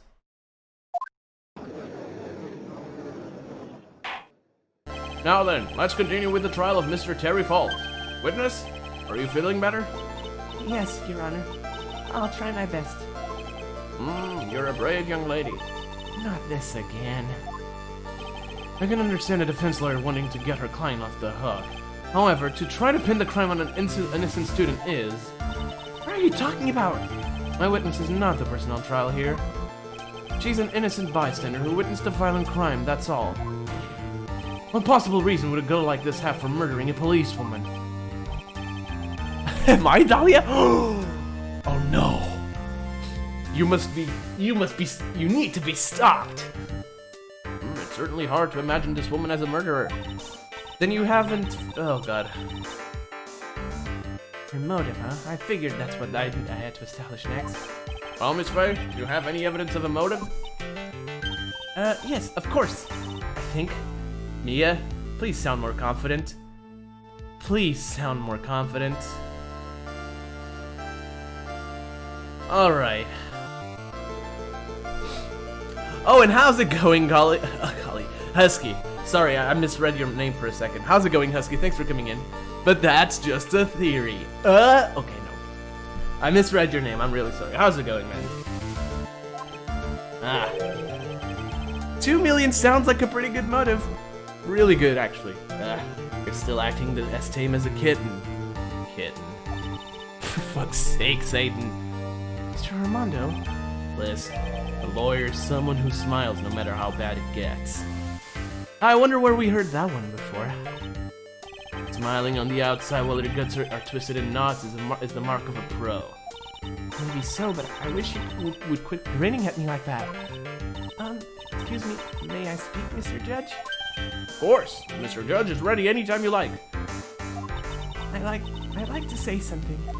Some people here are suspicious of me, right?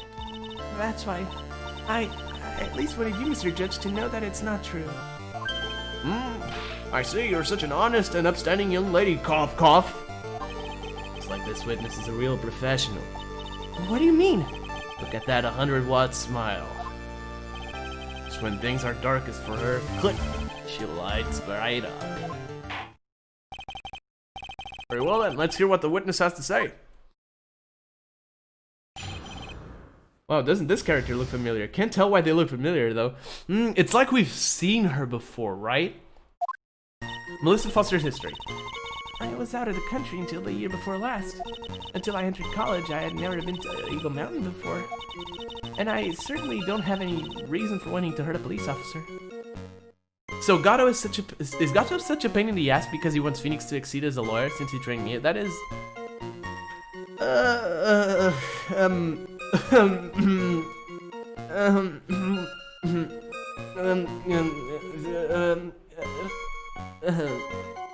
I can't answer that. I really want to, but I can't. Sorry. And I certainly don't have any reason for wanting to hurt a police officer. Holding a grudge and killing the officer who testified against you 5 years ago, or kidnapping a poor girl. I just think the defendant is a terrible, horrible monster. Out of the country, huh? Oh, sorry. Precisely. Furthermore, she has no possible motive for committing murder. Oh, Armadillo, I mean Armando. Looks like someone else. Can't tell who. Too confusing. It's just like Mr. L, guys. Who is he? Who could Mr. L possibly be? I don't know. It's a mystery, guys. It's an absolute mystery. All right. Furthermore, she has no possible motive for committing murder. Indeed. You're up to bat, kitten. Sharpen those claws and put on your best smile. You bet! Somehow, I have to tie her into this case. Diego Armando. The coolest guy in town. Mr. L is Bowser. But we've seen them both together in the same room. Don't we? I'm pretty sure he appears in the same room as Bowser at least once in Super Paper Mario. Now I'm actually confused. Anyway. So what country were you living in then? We were all living abroad, but after my parents were killed... It was a brutal civil war. She had to try to make her way back home alone. An origin story in which you were away from the country most of your life. And then come to Japanifornia, or a place where it's supposed to be Japan, but everyone speaks English and has American turns. I wonder where I've seen that one before. And no, you guys won't understand this reference. Okay. Oh, a Koopa Troopa. Oh god. I lost everything. I didn't even have any personal identification. What kind of sob story is this? Except the one I know is actually, you know, real. Well, not real, but... Oh, I didn't want to press hard. Witness, answer my question. I'll even repeat it for you. What country were you in? I didn't mean to do that. Your Honor, this line of questioning is childish. What country she was in and how many languages she may speak are irrelevant here.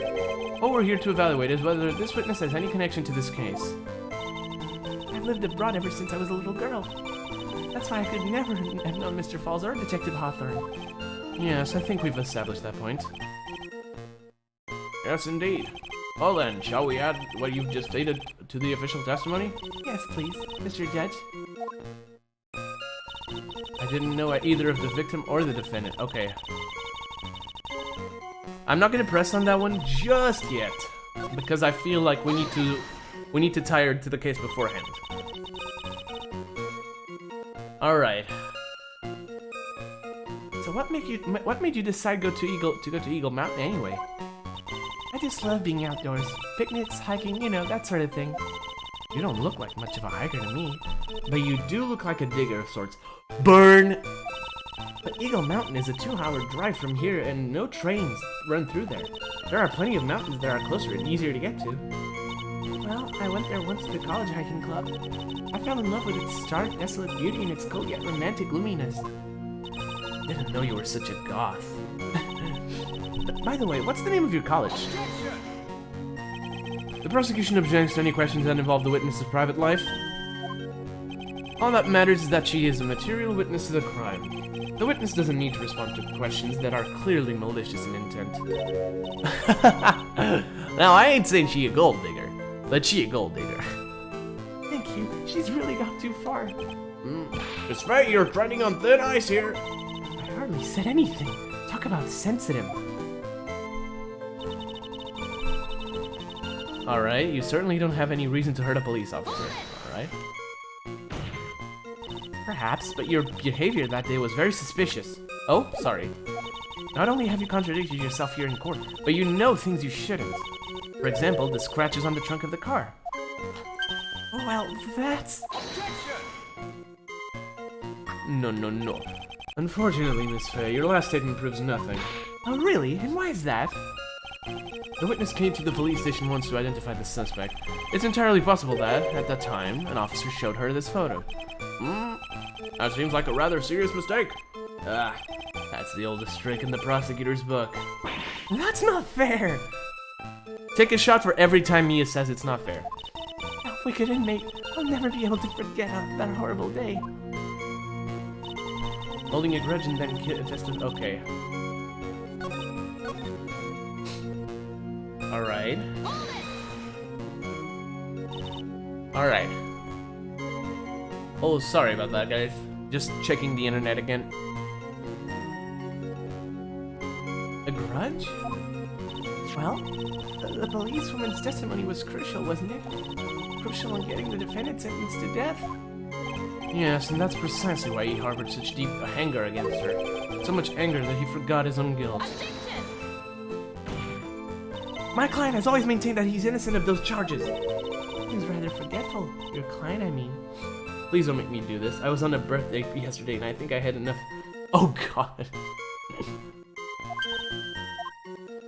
Not only did he forget about what he did, but he forgot the poor policewoman as well. What do you mean by that? Your client forgot what the detective looked like, right? It's too bad for her that he didn't forget about her testimony as well. Well, she's right about that. No, well, she's right about that. Mr. Falz is kind of forgetful. Press harder!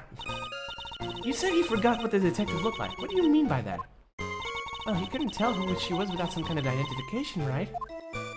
Quite right, and that's why the victim was wearing a scarf as identification. Why, if I had been wearing a white scarf that day, then he probably would have tried to kill me. That's true. He's clearly a bitter man. This is bad. Mr. Falls' reputation just keeps getting worse and worse. Sometimes it's best not to poke too deep. What should I do with that last statement? Have it added to the testimony. Tap water in my house got not good. Oh, that sounds familiar. Your Honor, what the witness said... No, Your Honor, what the witness said just now is extremely important. I'd like it added to the official testimony. The prosecution has no objection. After all, the defendant is a killer and a mentally imbalanced one at that. The testimony only helps to further prove that point. No, that's not why Enough! No, oh god, that voice crack, sorry. Enough! Witness, if you would. My pleasure, Mr. Judge. Lucky I wasn't wearing a white scarf. How do you know that? How do you know that? A white scarf, huh? Objection! How do you know that, miss? Witness, I want you to take a look. I want you to look at this photo you took. It's hard to see in the photo, but look at the scarf the victim wore as identification. Ah, you were talking about this scarf right here, eh? Yes, that's it. The scarf the policewoman was wearing. Got her now. Just don't mess up. That's strange. In your testimony, you stated the following. I guess I'm lucky I wasn't wearing a white scarf. White? This is the scarf you identified as belonging to the victim. But it certainly doesn't look white to me. Oh. Uh-oh. Well, it was foggy that day. It was raining as well. Stupid. It's stupid, stupid, stupid, stupid, stupid, stupid. Sorry, I had to. It's not surprising that she mistook it for white. Sorry, but not this time.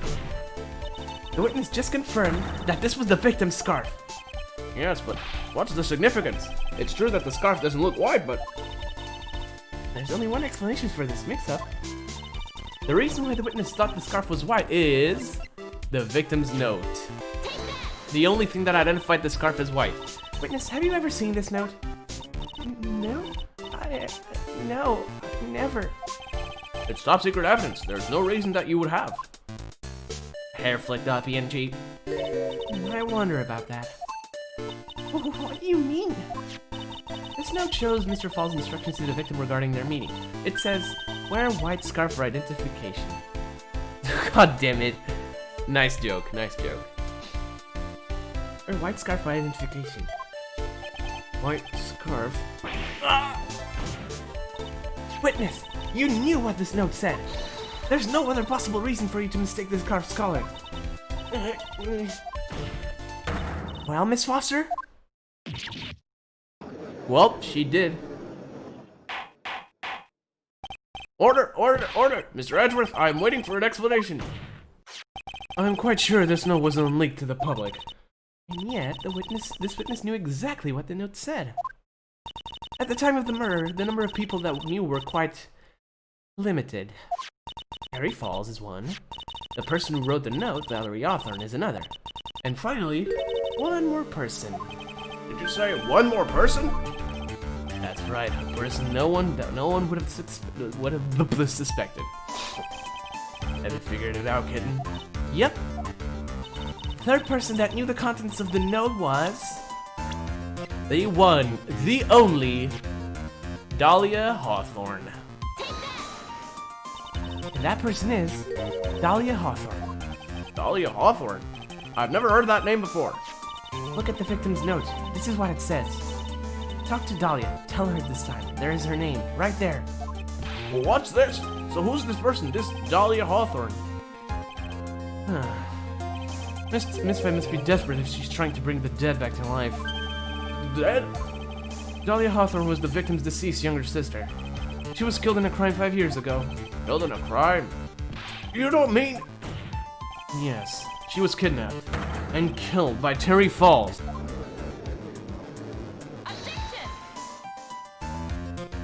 Airflick.gif or .gif or whatever. Said she was killed, but was she really? What are you implying? Of course, people thought she had died 5 years ago, when she fell off Dusky Bridge and was lost in the Eagle River. However, her corpse was never found. She was declared legally dead 5 years ago. As far as the law is concerned, Dahlia Hawthorne is officially dead. Was she really killed? Her body was never found. No, her body was never found. That's right. You're absolutely right, Satan. You're absolutely right on that one. Oh God, my nose. Objection! But the fact remains that her body was never recovered. Dahlia Hawthorne was 14 years old 5 years ago. If she were still alive, she would be 19 now. Melissa Foster? I believe that's the same age you are. Objection! Even you couldn't. Miss Faye, you're not sane. Hairflick.jpg. But I am. That's precisely what I'm saying. This witness before us is the girl that was kidnapped and killed 5 years ago. This girl is in fact Miss Dahlia Hawthorne. What? Ah, nice work. That was like tossing a grenade into a 3-alarm fire. But unless you can tie all the loose ends together, you're nothing but a hit-and-run arsonist. I understand. If I can expose her true nature, I can turn this whole case on its head. Yep. Now's my chance to make Edgeworth squirm. Mr. Edgeworth squirm. Super Mario! Witness, just who are you anyway? I didn't think it'd come to this. That's enough. You don't have to say any more, witness. Yes, I understand. What? Mr. Edgeworth, explain yourself! Your Honor, I have an admission to make. I honestly never thought the defense would pursue this matter so far. You don't mean... Yes, the prosecutor's office isn't filled with fools, you know. Naturally, we conduct full background checks on all of our witnesses. The killer is you! Yep. Right, wrong series. Oh God. What did he say? Ah, looks like the kid knew. He knew her true identity from the get-go. No way, but then why? If you hadn't revealed her secret, he wasn't going to say anything about it. All he wanted was her testimony, so he made a little trade. Let me introduce you to the victim's younger sister, Miss Dahlia Hawthorne. Now it begins. Now the true battle begins. But, I thought she died 5 years ago? We thought so as well.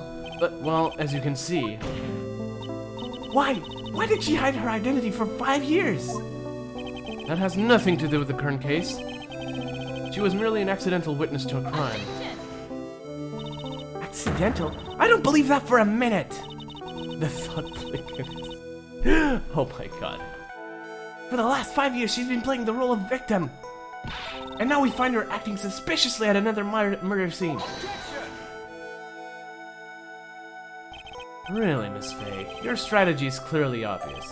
You're trying to pin your client's crime on an innocent witness in order to win. At any cost. How dare you!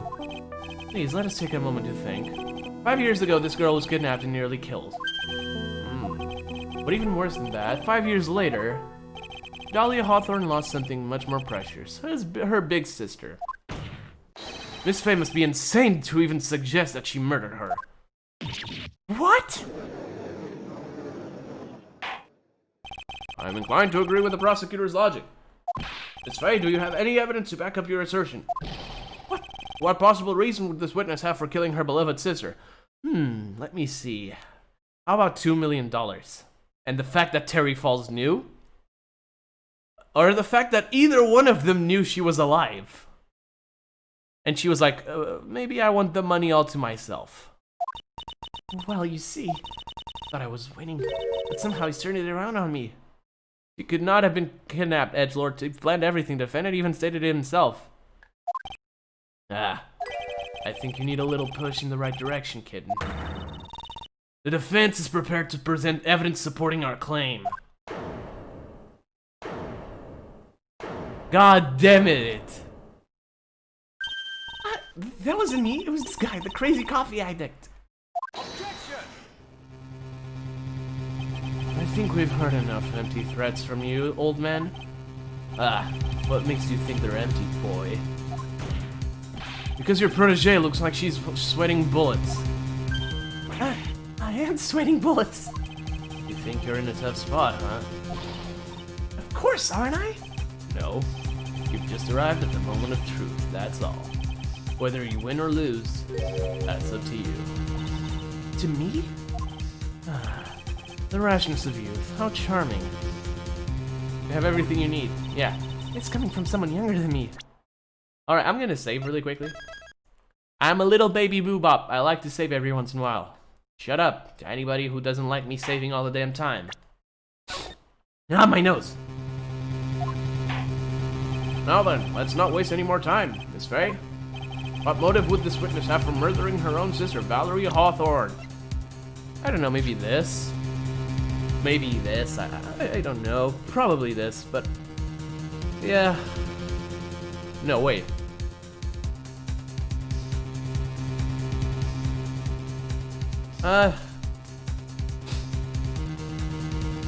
No, wait, no, it's way too soon. Phoenix, Ace Attorney doesn't work like this. Who does that remind me of? Who indeed? No, Ace Attorney doesn't work like this. It's too soon to present the diamond. We didn't even establish her relevance in the other case. No. It's gotta be the note. The story starts after Terry Falz escaped. He called Valerie and told her he wanted to meet. This is the note she left. It says, talk to Dahlia. Tell her this time the whole truth must come out. Valerie Hawthorne gave Dahlia a warning. She told her she was going to reveal to the world the whole truth. The whole truth? There was a dangerously important secret between Valerie and Dahlia. That's the reason Dahlia felt she had to kill Valerie. To keep her mouth shut permanently. A terrific story, Miss Faye. If you like fiction, that is. Enlighten the court, Miss Faye. What was the secret about that was so important? Where's your evidence? Dahlia and Valerie Hawthorne and Terry Falz. There's only one important secret that connects them all. Oh yes, I know this secret.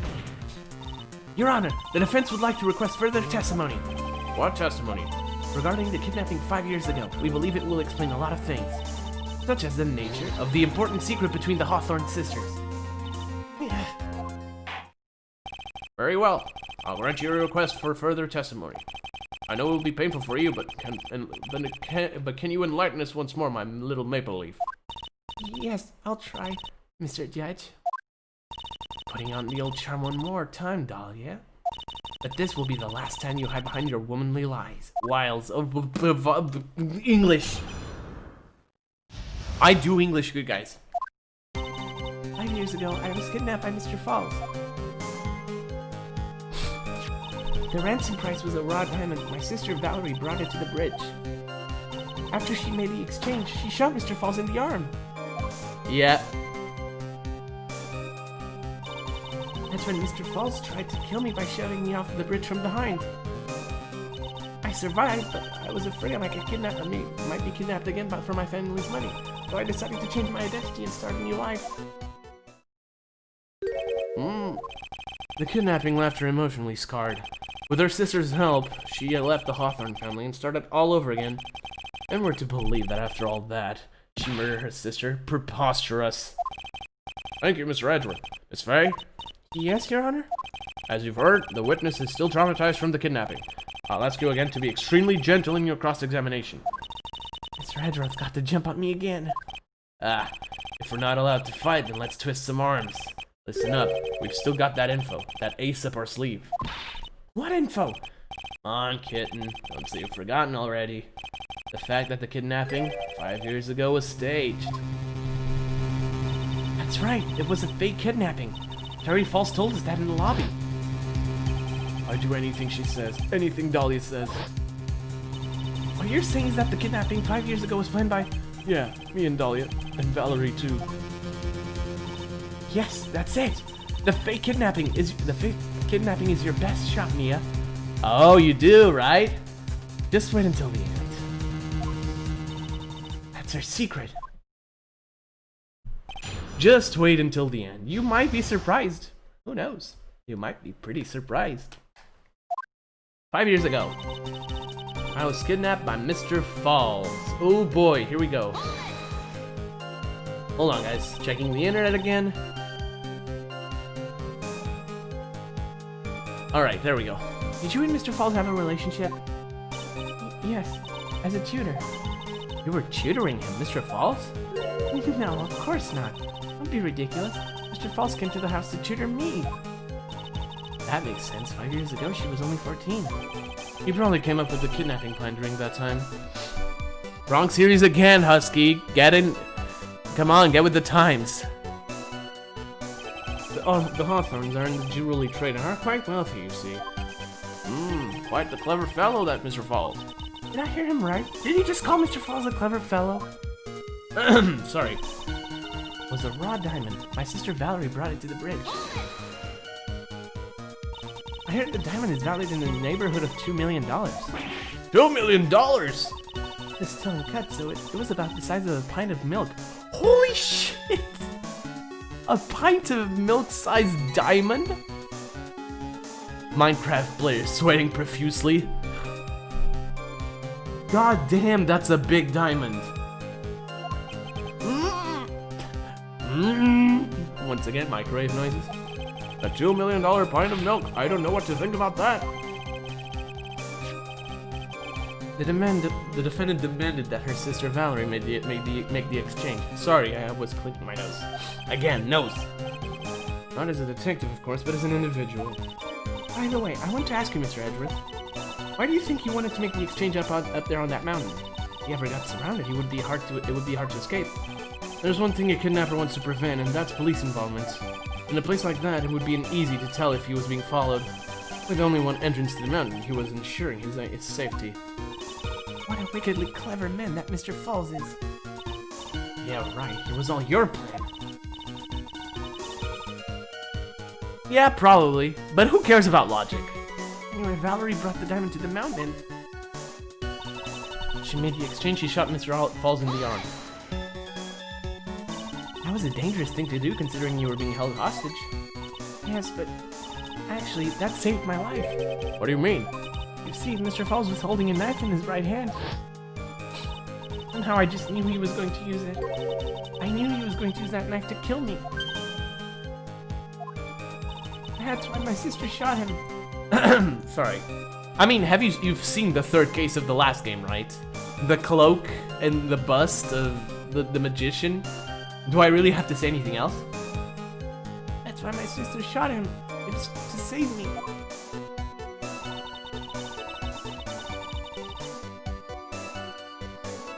That's when Mr. Falz tried to kill me by shooting me off the bridge from behind. I think I already see a problem here.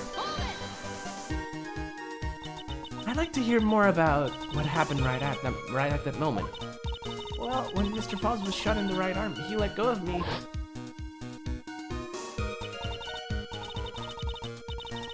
But I'm pretty sure you were there during that stream. I'm pretty sure. Unless you weren't. In that case, I apologize. Because I streamed the second game and the first game already. This is the third game. I was dazed. I tried to turn and run away, but Mr. Falz tried to grab me as well. As I ran past, he and I locked eyes for a second, and he gave me a large, bloodthirsty grin. Bloodthirsty grin? Oh. And in the next instant... Boom.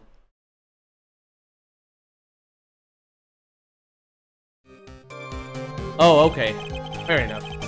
I pressed the corner to remember that the river is 18 feet deep and incredibly swift. I was a strong swimmer, but I was knocked out.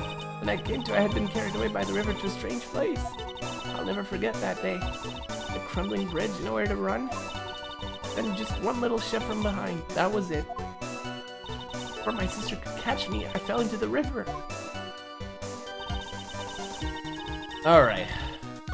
I don't even need to press anything else. There's something clearly wrong here. They were in the exact same position as this case was. He could, simply put, he could not have pushed her from behind. Objection! You say that Mr. Falz pushed you into the Eagle River. However, that's hard to believe.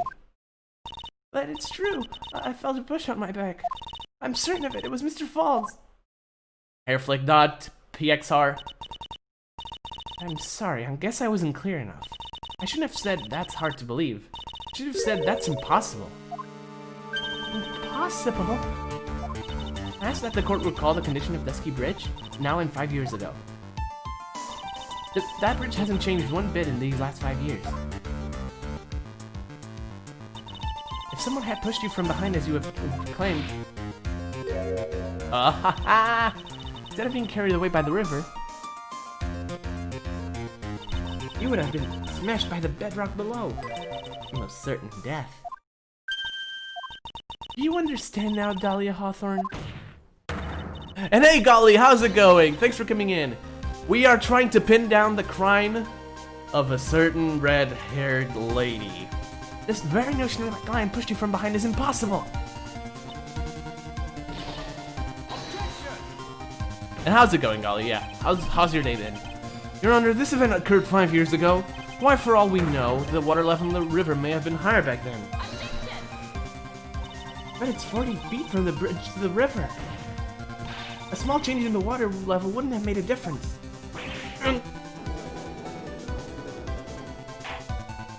You're right. If the events occurred just as the witness has testified, then the defendant couldn't have pushed the witness into the river.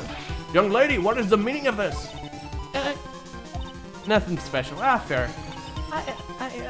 You see, Just a moment, Your Honor. It's true that the witness testified that the defendant pushed her into the river. Oh boy, you just darn diddly do it, did it, Satan. Golly's gonna go apeshit now. However, she never stated that she fell from the back end of the bridge. I knew it.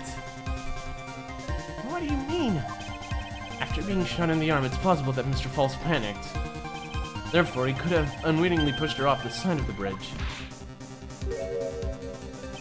If that's true, she would have fallen into the river. Well, Miss Hawthorne, is Mr. Edgeworth's explanation correct? Now that you mention it, I do remember now when I fell off the bridge. My skirt got caught on one of the bridge's side wires. Yes. What? Order in the court. It seems Miss Faye's assault has finally reached its conclusion. Objection! Not now, Mia. This is no time to retreat. Unfortunately for you, this is just the start of Miss Faye's assault. What? I believe your reasoning went something like this, Mr. Edgeworth. After being shot in the arm, it's plausible that Mr. Falz panicked. Therefore, he could have unwittingly pushed her off the side of the bridge. However, once again, I'm forced to say that's impossible. Ridiculous. What's so impossible about it? Because your flawed logic contradicts the court record. Does it? Does it really? Does it really? What does,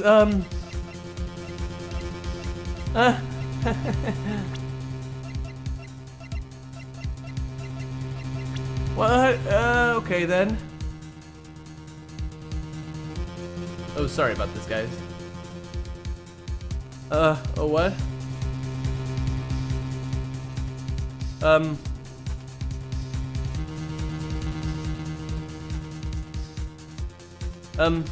Anybody got any ideas? Any bright ideas? I'm all ears.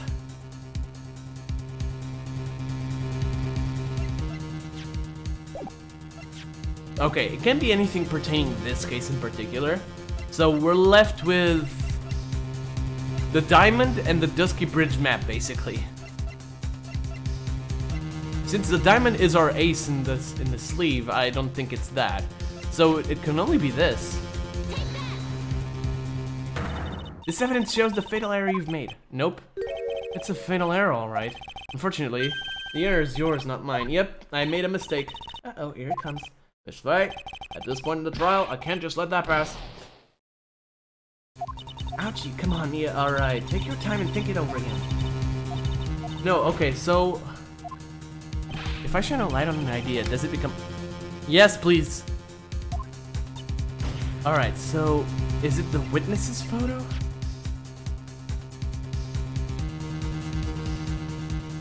Oh, right, oh, because of the yeah, it's the witness's photo.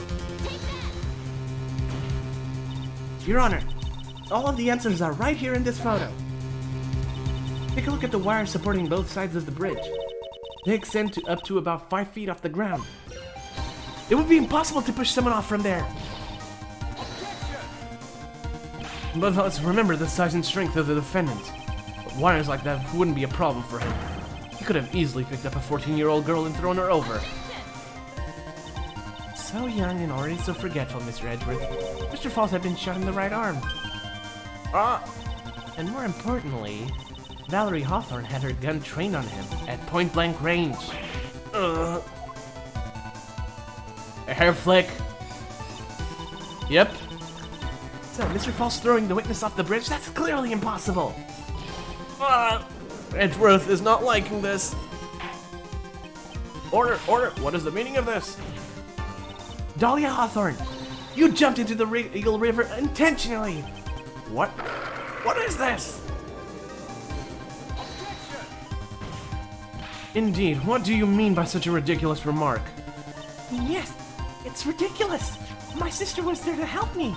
She had a gun and handcuffs. She could have saved me. Jumping into a raging river like that would have been suicide. Perhaps, but still, that's exactly what you did. You were probably confident that you could handle the swift current. But even more so, the witness had a much more compelling reason to jumping into the river. Oh, then what was it? What was so important that she'd want to jump into the river? The witness is still alive. This fact alone explains everything. This is why she risked her life by jumping into the rapids of the Eagle River. Now I have to present the diamond, don't I? 5 years ago, something else disappeared along with Dahlia that day. The item that Valerie brought up the mountain with her, the $2 million diamond. No, it can't be. Yes, Dahlia had it all planned from the beginning. The $2 million? She was going to keep it all for herself. Yep. Oh. She forced Mr. Falz to help her fake the kidnapping. Sorry, I'm just taking a look at the internet once again. Oh boy, here we go.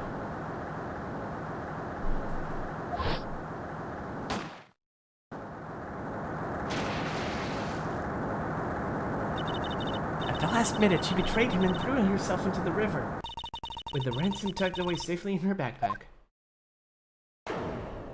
Oh, she's not liking the conversation. Boy, that's simply ridiculous. Order! Your Honor, 5 years ago, the witness was only 14 years old. Do you really think a 14-year-old is capable of such a demonic plan? This woman is a demon! And there was only one more person who helped make a demon out of her. Her sister, Valerie Hawthorne. You mean the victim was involved in a kidnapping plot as well? But she was a detective then. You're saying she participated in her sister's kidnapping? Precisely. I'm sure that it weighed heavily on her conscience for the past 5 years. This is the sole reason behind the victim's murder. What do you mean by that? On the day of the murder, after receiving the phone call from Mr. Falz, Valerie called her sister Dahlia, and then she told her what she was planning to do. Planning to do? She was going to tell the whole truth, as she wrote in her note. That is what sealed Valerie Hawthorne's fate. That is when you hatched your demonic plan to kill 2 birds with 1 stone, a plan that would ensure neither of your accomplices to the kidnapping would talk. And that is why you killed your sister, Valerie Hawthorne.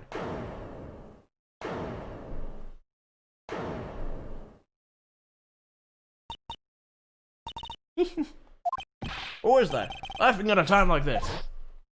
There she is. The bitch. Forgive me. It's just hilarious. Witness? Is that you? You amuse me, woman. Miss Mia Faye. You can certainly weave an exciting tale. Naturally, you have the evidence to back it up, don't you? Evidence? Evidence that I planned the kidnapping, of course. That at 14, I plotted it with Mr. Falz and my sister. Well, And one more thing. What happened to the $2 million diamond? If you can provide evidence to at least show that. Well, Miss Faye, I don't know. What a joke. You, Miss Faye. Are you stupid or something? Can I prove a fake kidnapping that happened 5 years ago? I don't even have decisive proof of Valerie Hawthorne's murder. oh god, I just opened a... Oh god, sorry about that, guys. I opened an internet page on accident.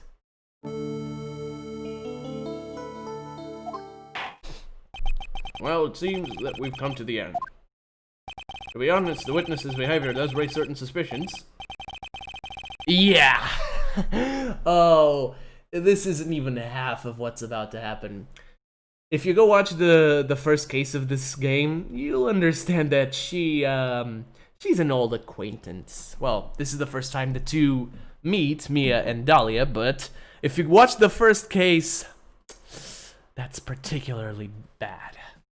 However, I'm forced to reject the assertions made by the defense. Of course you are. Is this it? Is it really over? That girl has made a fool of me and there's nothing I can do about it. Ah. Without evidence, the trial is over? Who decided that? Mr. Armando!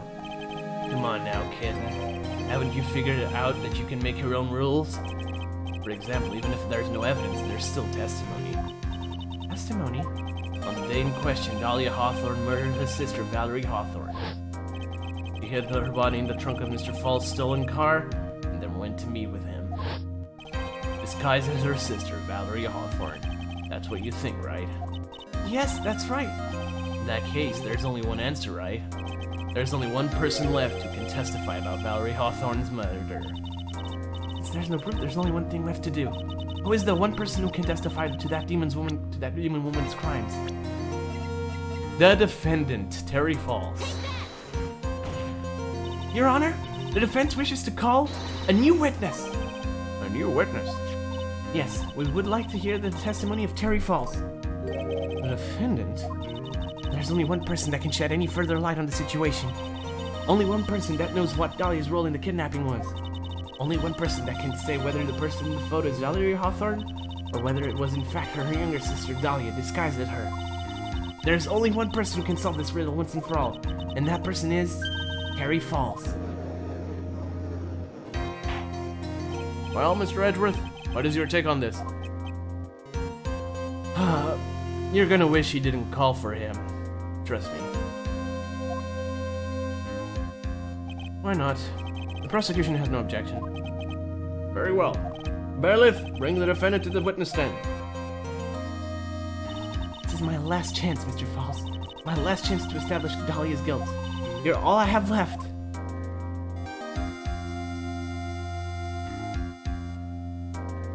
Defendant, you've heard everything that's been said up to this point, yes? I don't believe it. No way.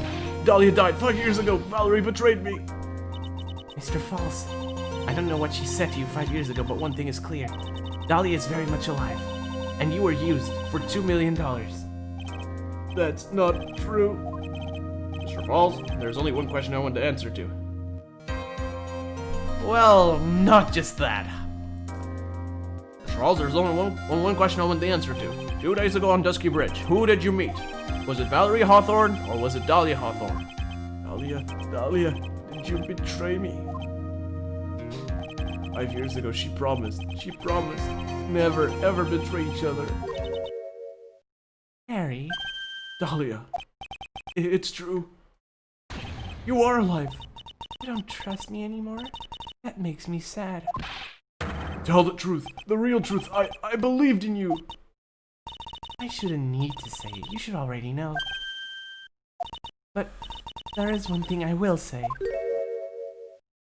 My life is in your hands right now, Terry. The lion, the witch, and the audacity of this bitch. Leah. I will allow Mr. Falz to testify once and once only. Well then, Mr. Falz, yours will be the final testimony in this trial. Witness! Ah! I'm sorry, I apologize. Water. Please, water. Can't talk. Need water. Oh well, I guess it'll have to be my coffee instead. At least it'll match the way he's probably feeling right now. Darker and bitterer than hell itself. Oh boy, here we go. Last testimony of the trial. Oh, don't worry. Don't worry. Again, watch the first case. You really should. That day, 4 p.m., I stopped the car. I was in front of the bridge. So, I'm sure you watched the previous case, right? The tender lender case? The loan case? The case with a lot of money involved? Yeah. There's the part that Phoenix says that he hates 2 things above everything. Betrayal and poisoning. You are about to understand why. Well, the first case explains it, but this one is good. As well. That day, 4 p.m., I stopped the car. I was in front of bridge. She wasn't there, so I waited on bridge. I watched my car from bridge, and I never put nobody in that car. Finally, one woman came. She stood in front of me. We talked, then she left. That was Valerie. Not my Dahlia.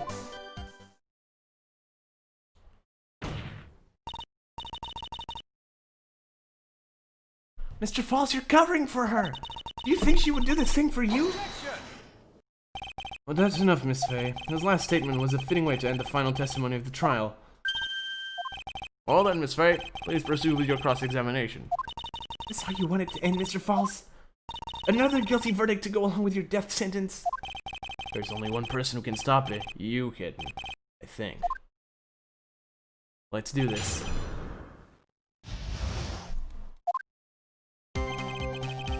Stopped the car, was in front of the bridge. Alright, let's press. According to the note, the meeting was supposed to take place at 4:30. You certainly arrived early, didn't you?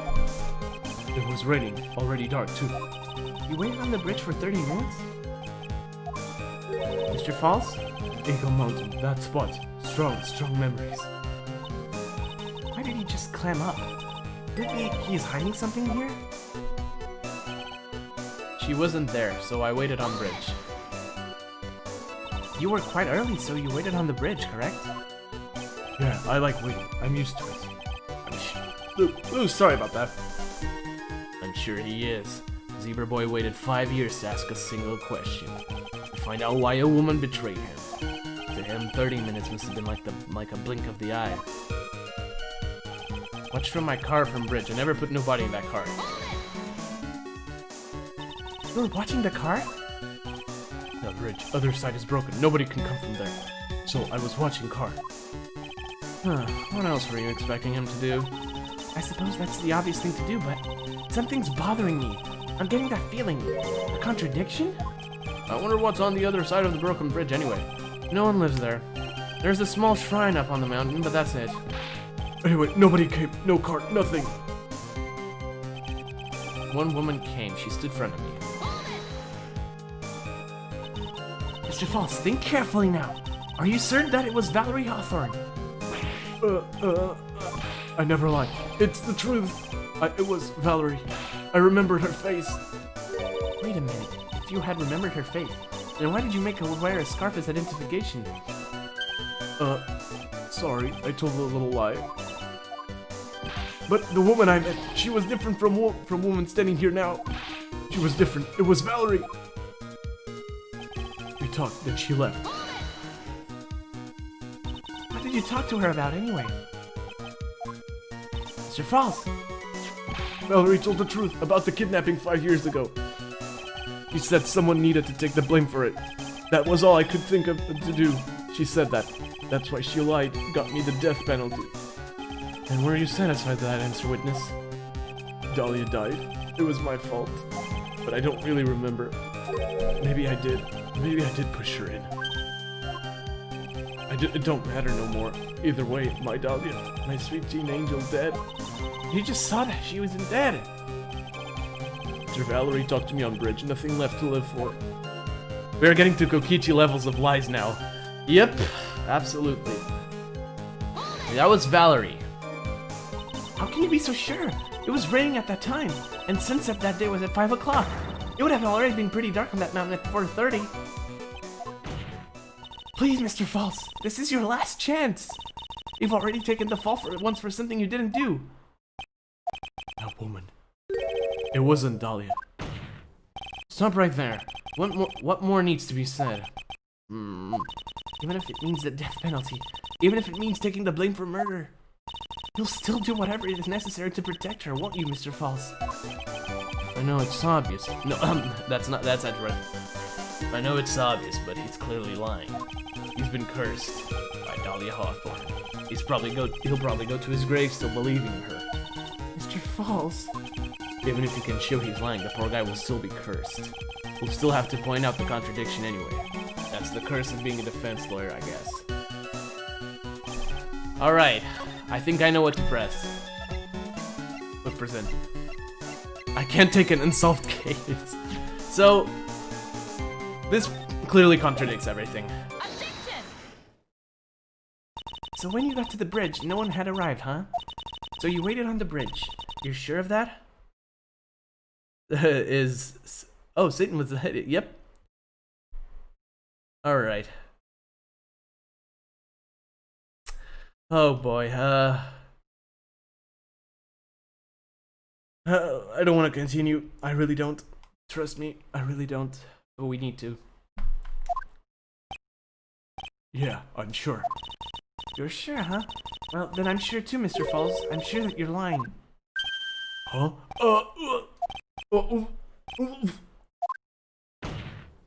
Oh, I would love to hear your rationale on this, Miss Faye. You want to know who arrived at the bridge first? Just look at this photo. It's perfectly clear. Obviously, the person that came first would be on the one at that end of the bridge, right? I'm determined now for this case to be brushed off by this redhead. Thought! Be gone! That's the victim at the end of the bridge. Hair flick. Precisely my point. In other words, Mr. Falz, you must have arrived at the bridge after she did.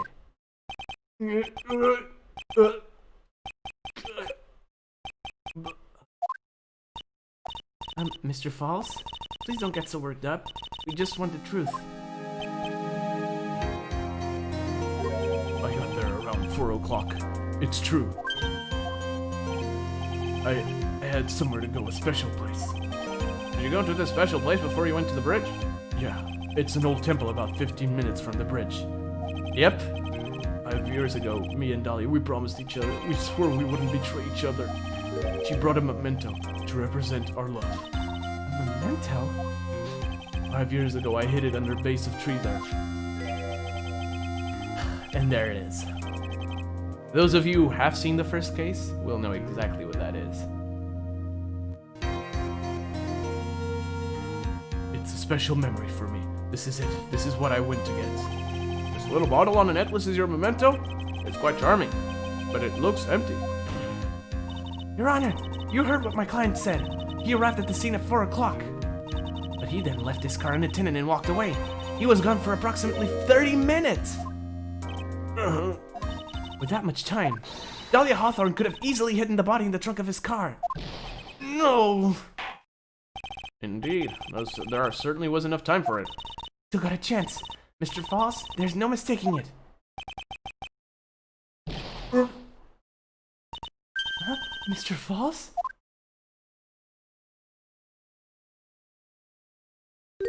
There it is. That's enough. Please.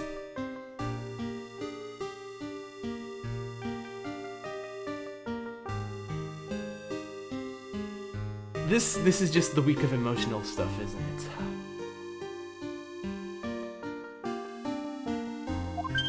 Witness?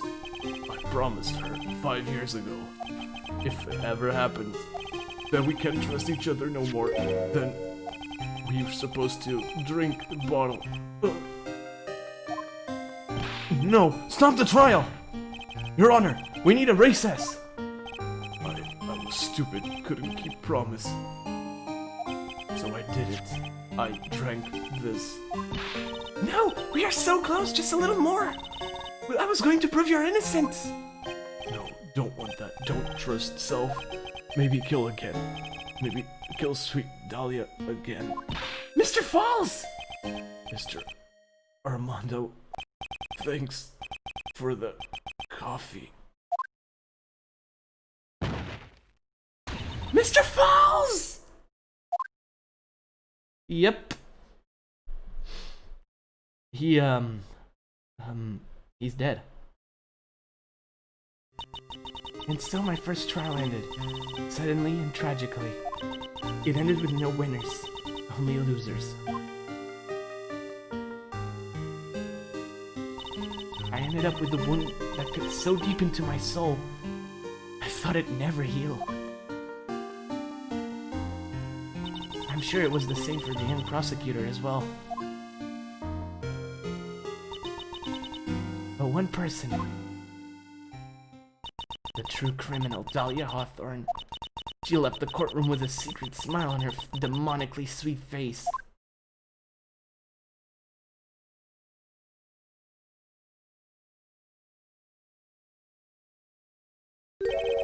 Unforgivable. That witch. Mr. Armando? We were so close to the truth. It was right there in front of us. You were just a little too soft, kitten. It's my fault! It's all my fault that Mr. Falz killed himself! Don't cry, kitten. You're going to make my coffee all salty. I knew it. I knew I wasn't cut out for this. Mia. Ah! There it is.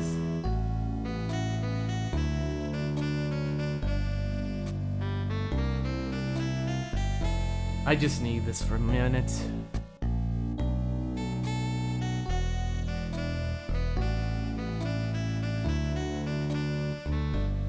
Alright, let's continue. Don't you get it? You can't cry yet.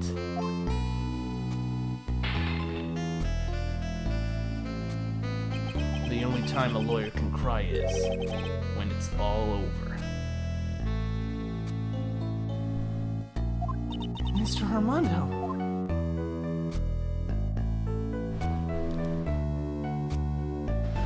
Sorry about that, that's a truck passing by. No matter how tough the case, no matter how bitter the memories, they always fade over time. Then you file them away and eventually forget them.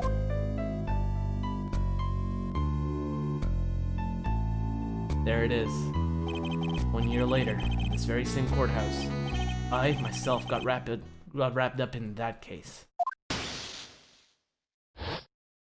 This case. This was the first case of the game. Phoenix was the defendant. Only after that did Dahlia Hawthorne get put on trial for her crimes.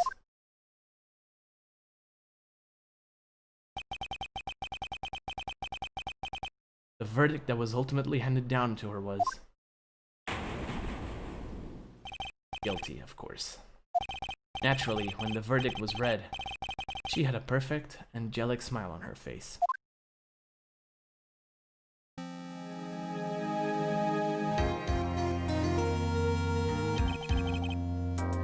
It was finally all over. At least that's what I thought at the time. But unfortunately, I couldn't have been more wrong. It's been 5 years, but now something has happened that's made me remember all this.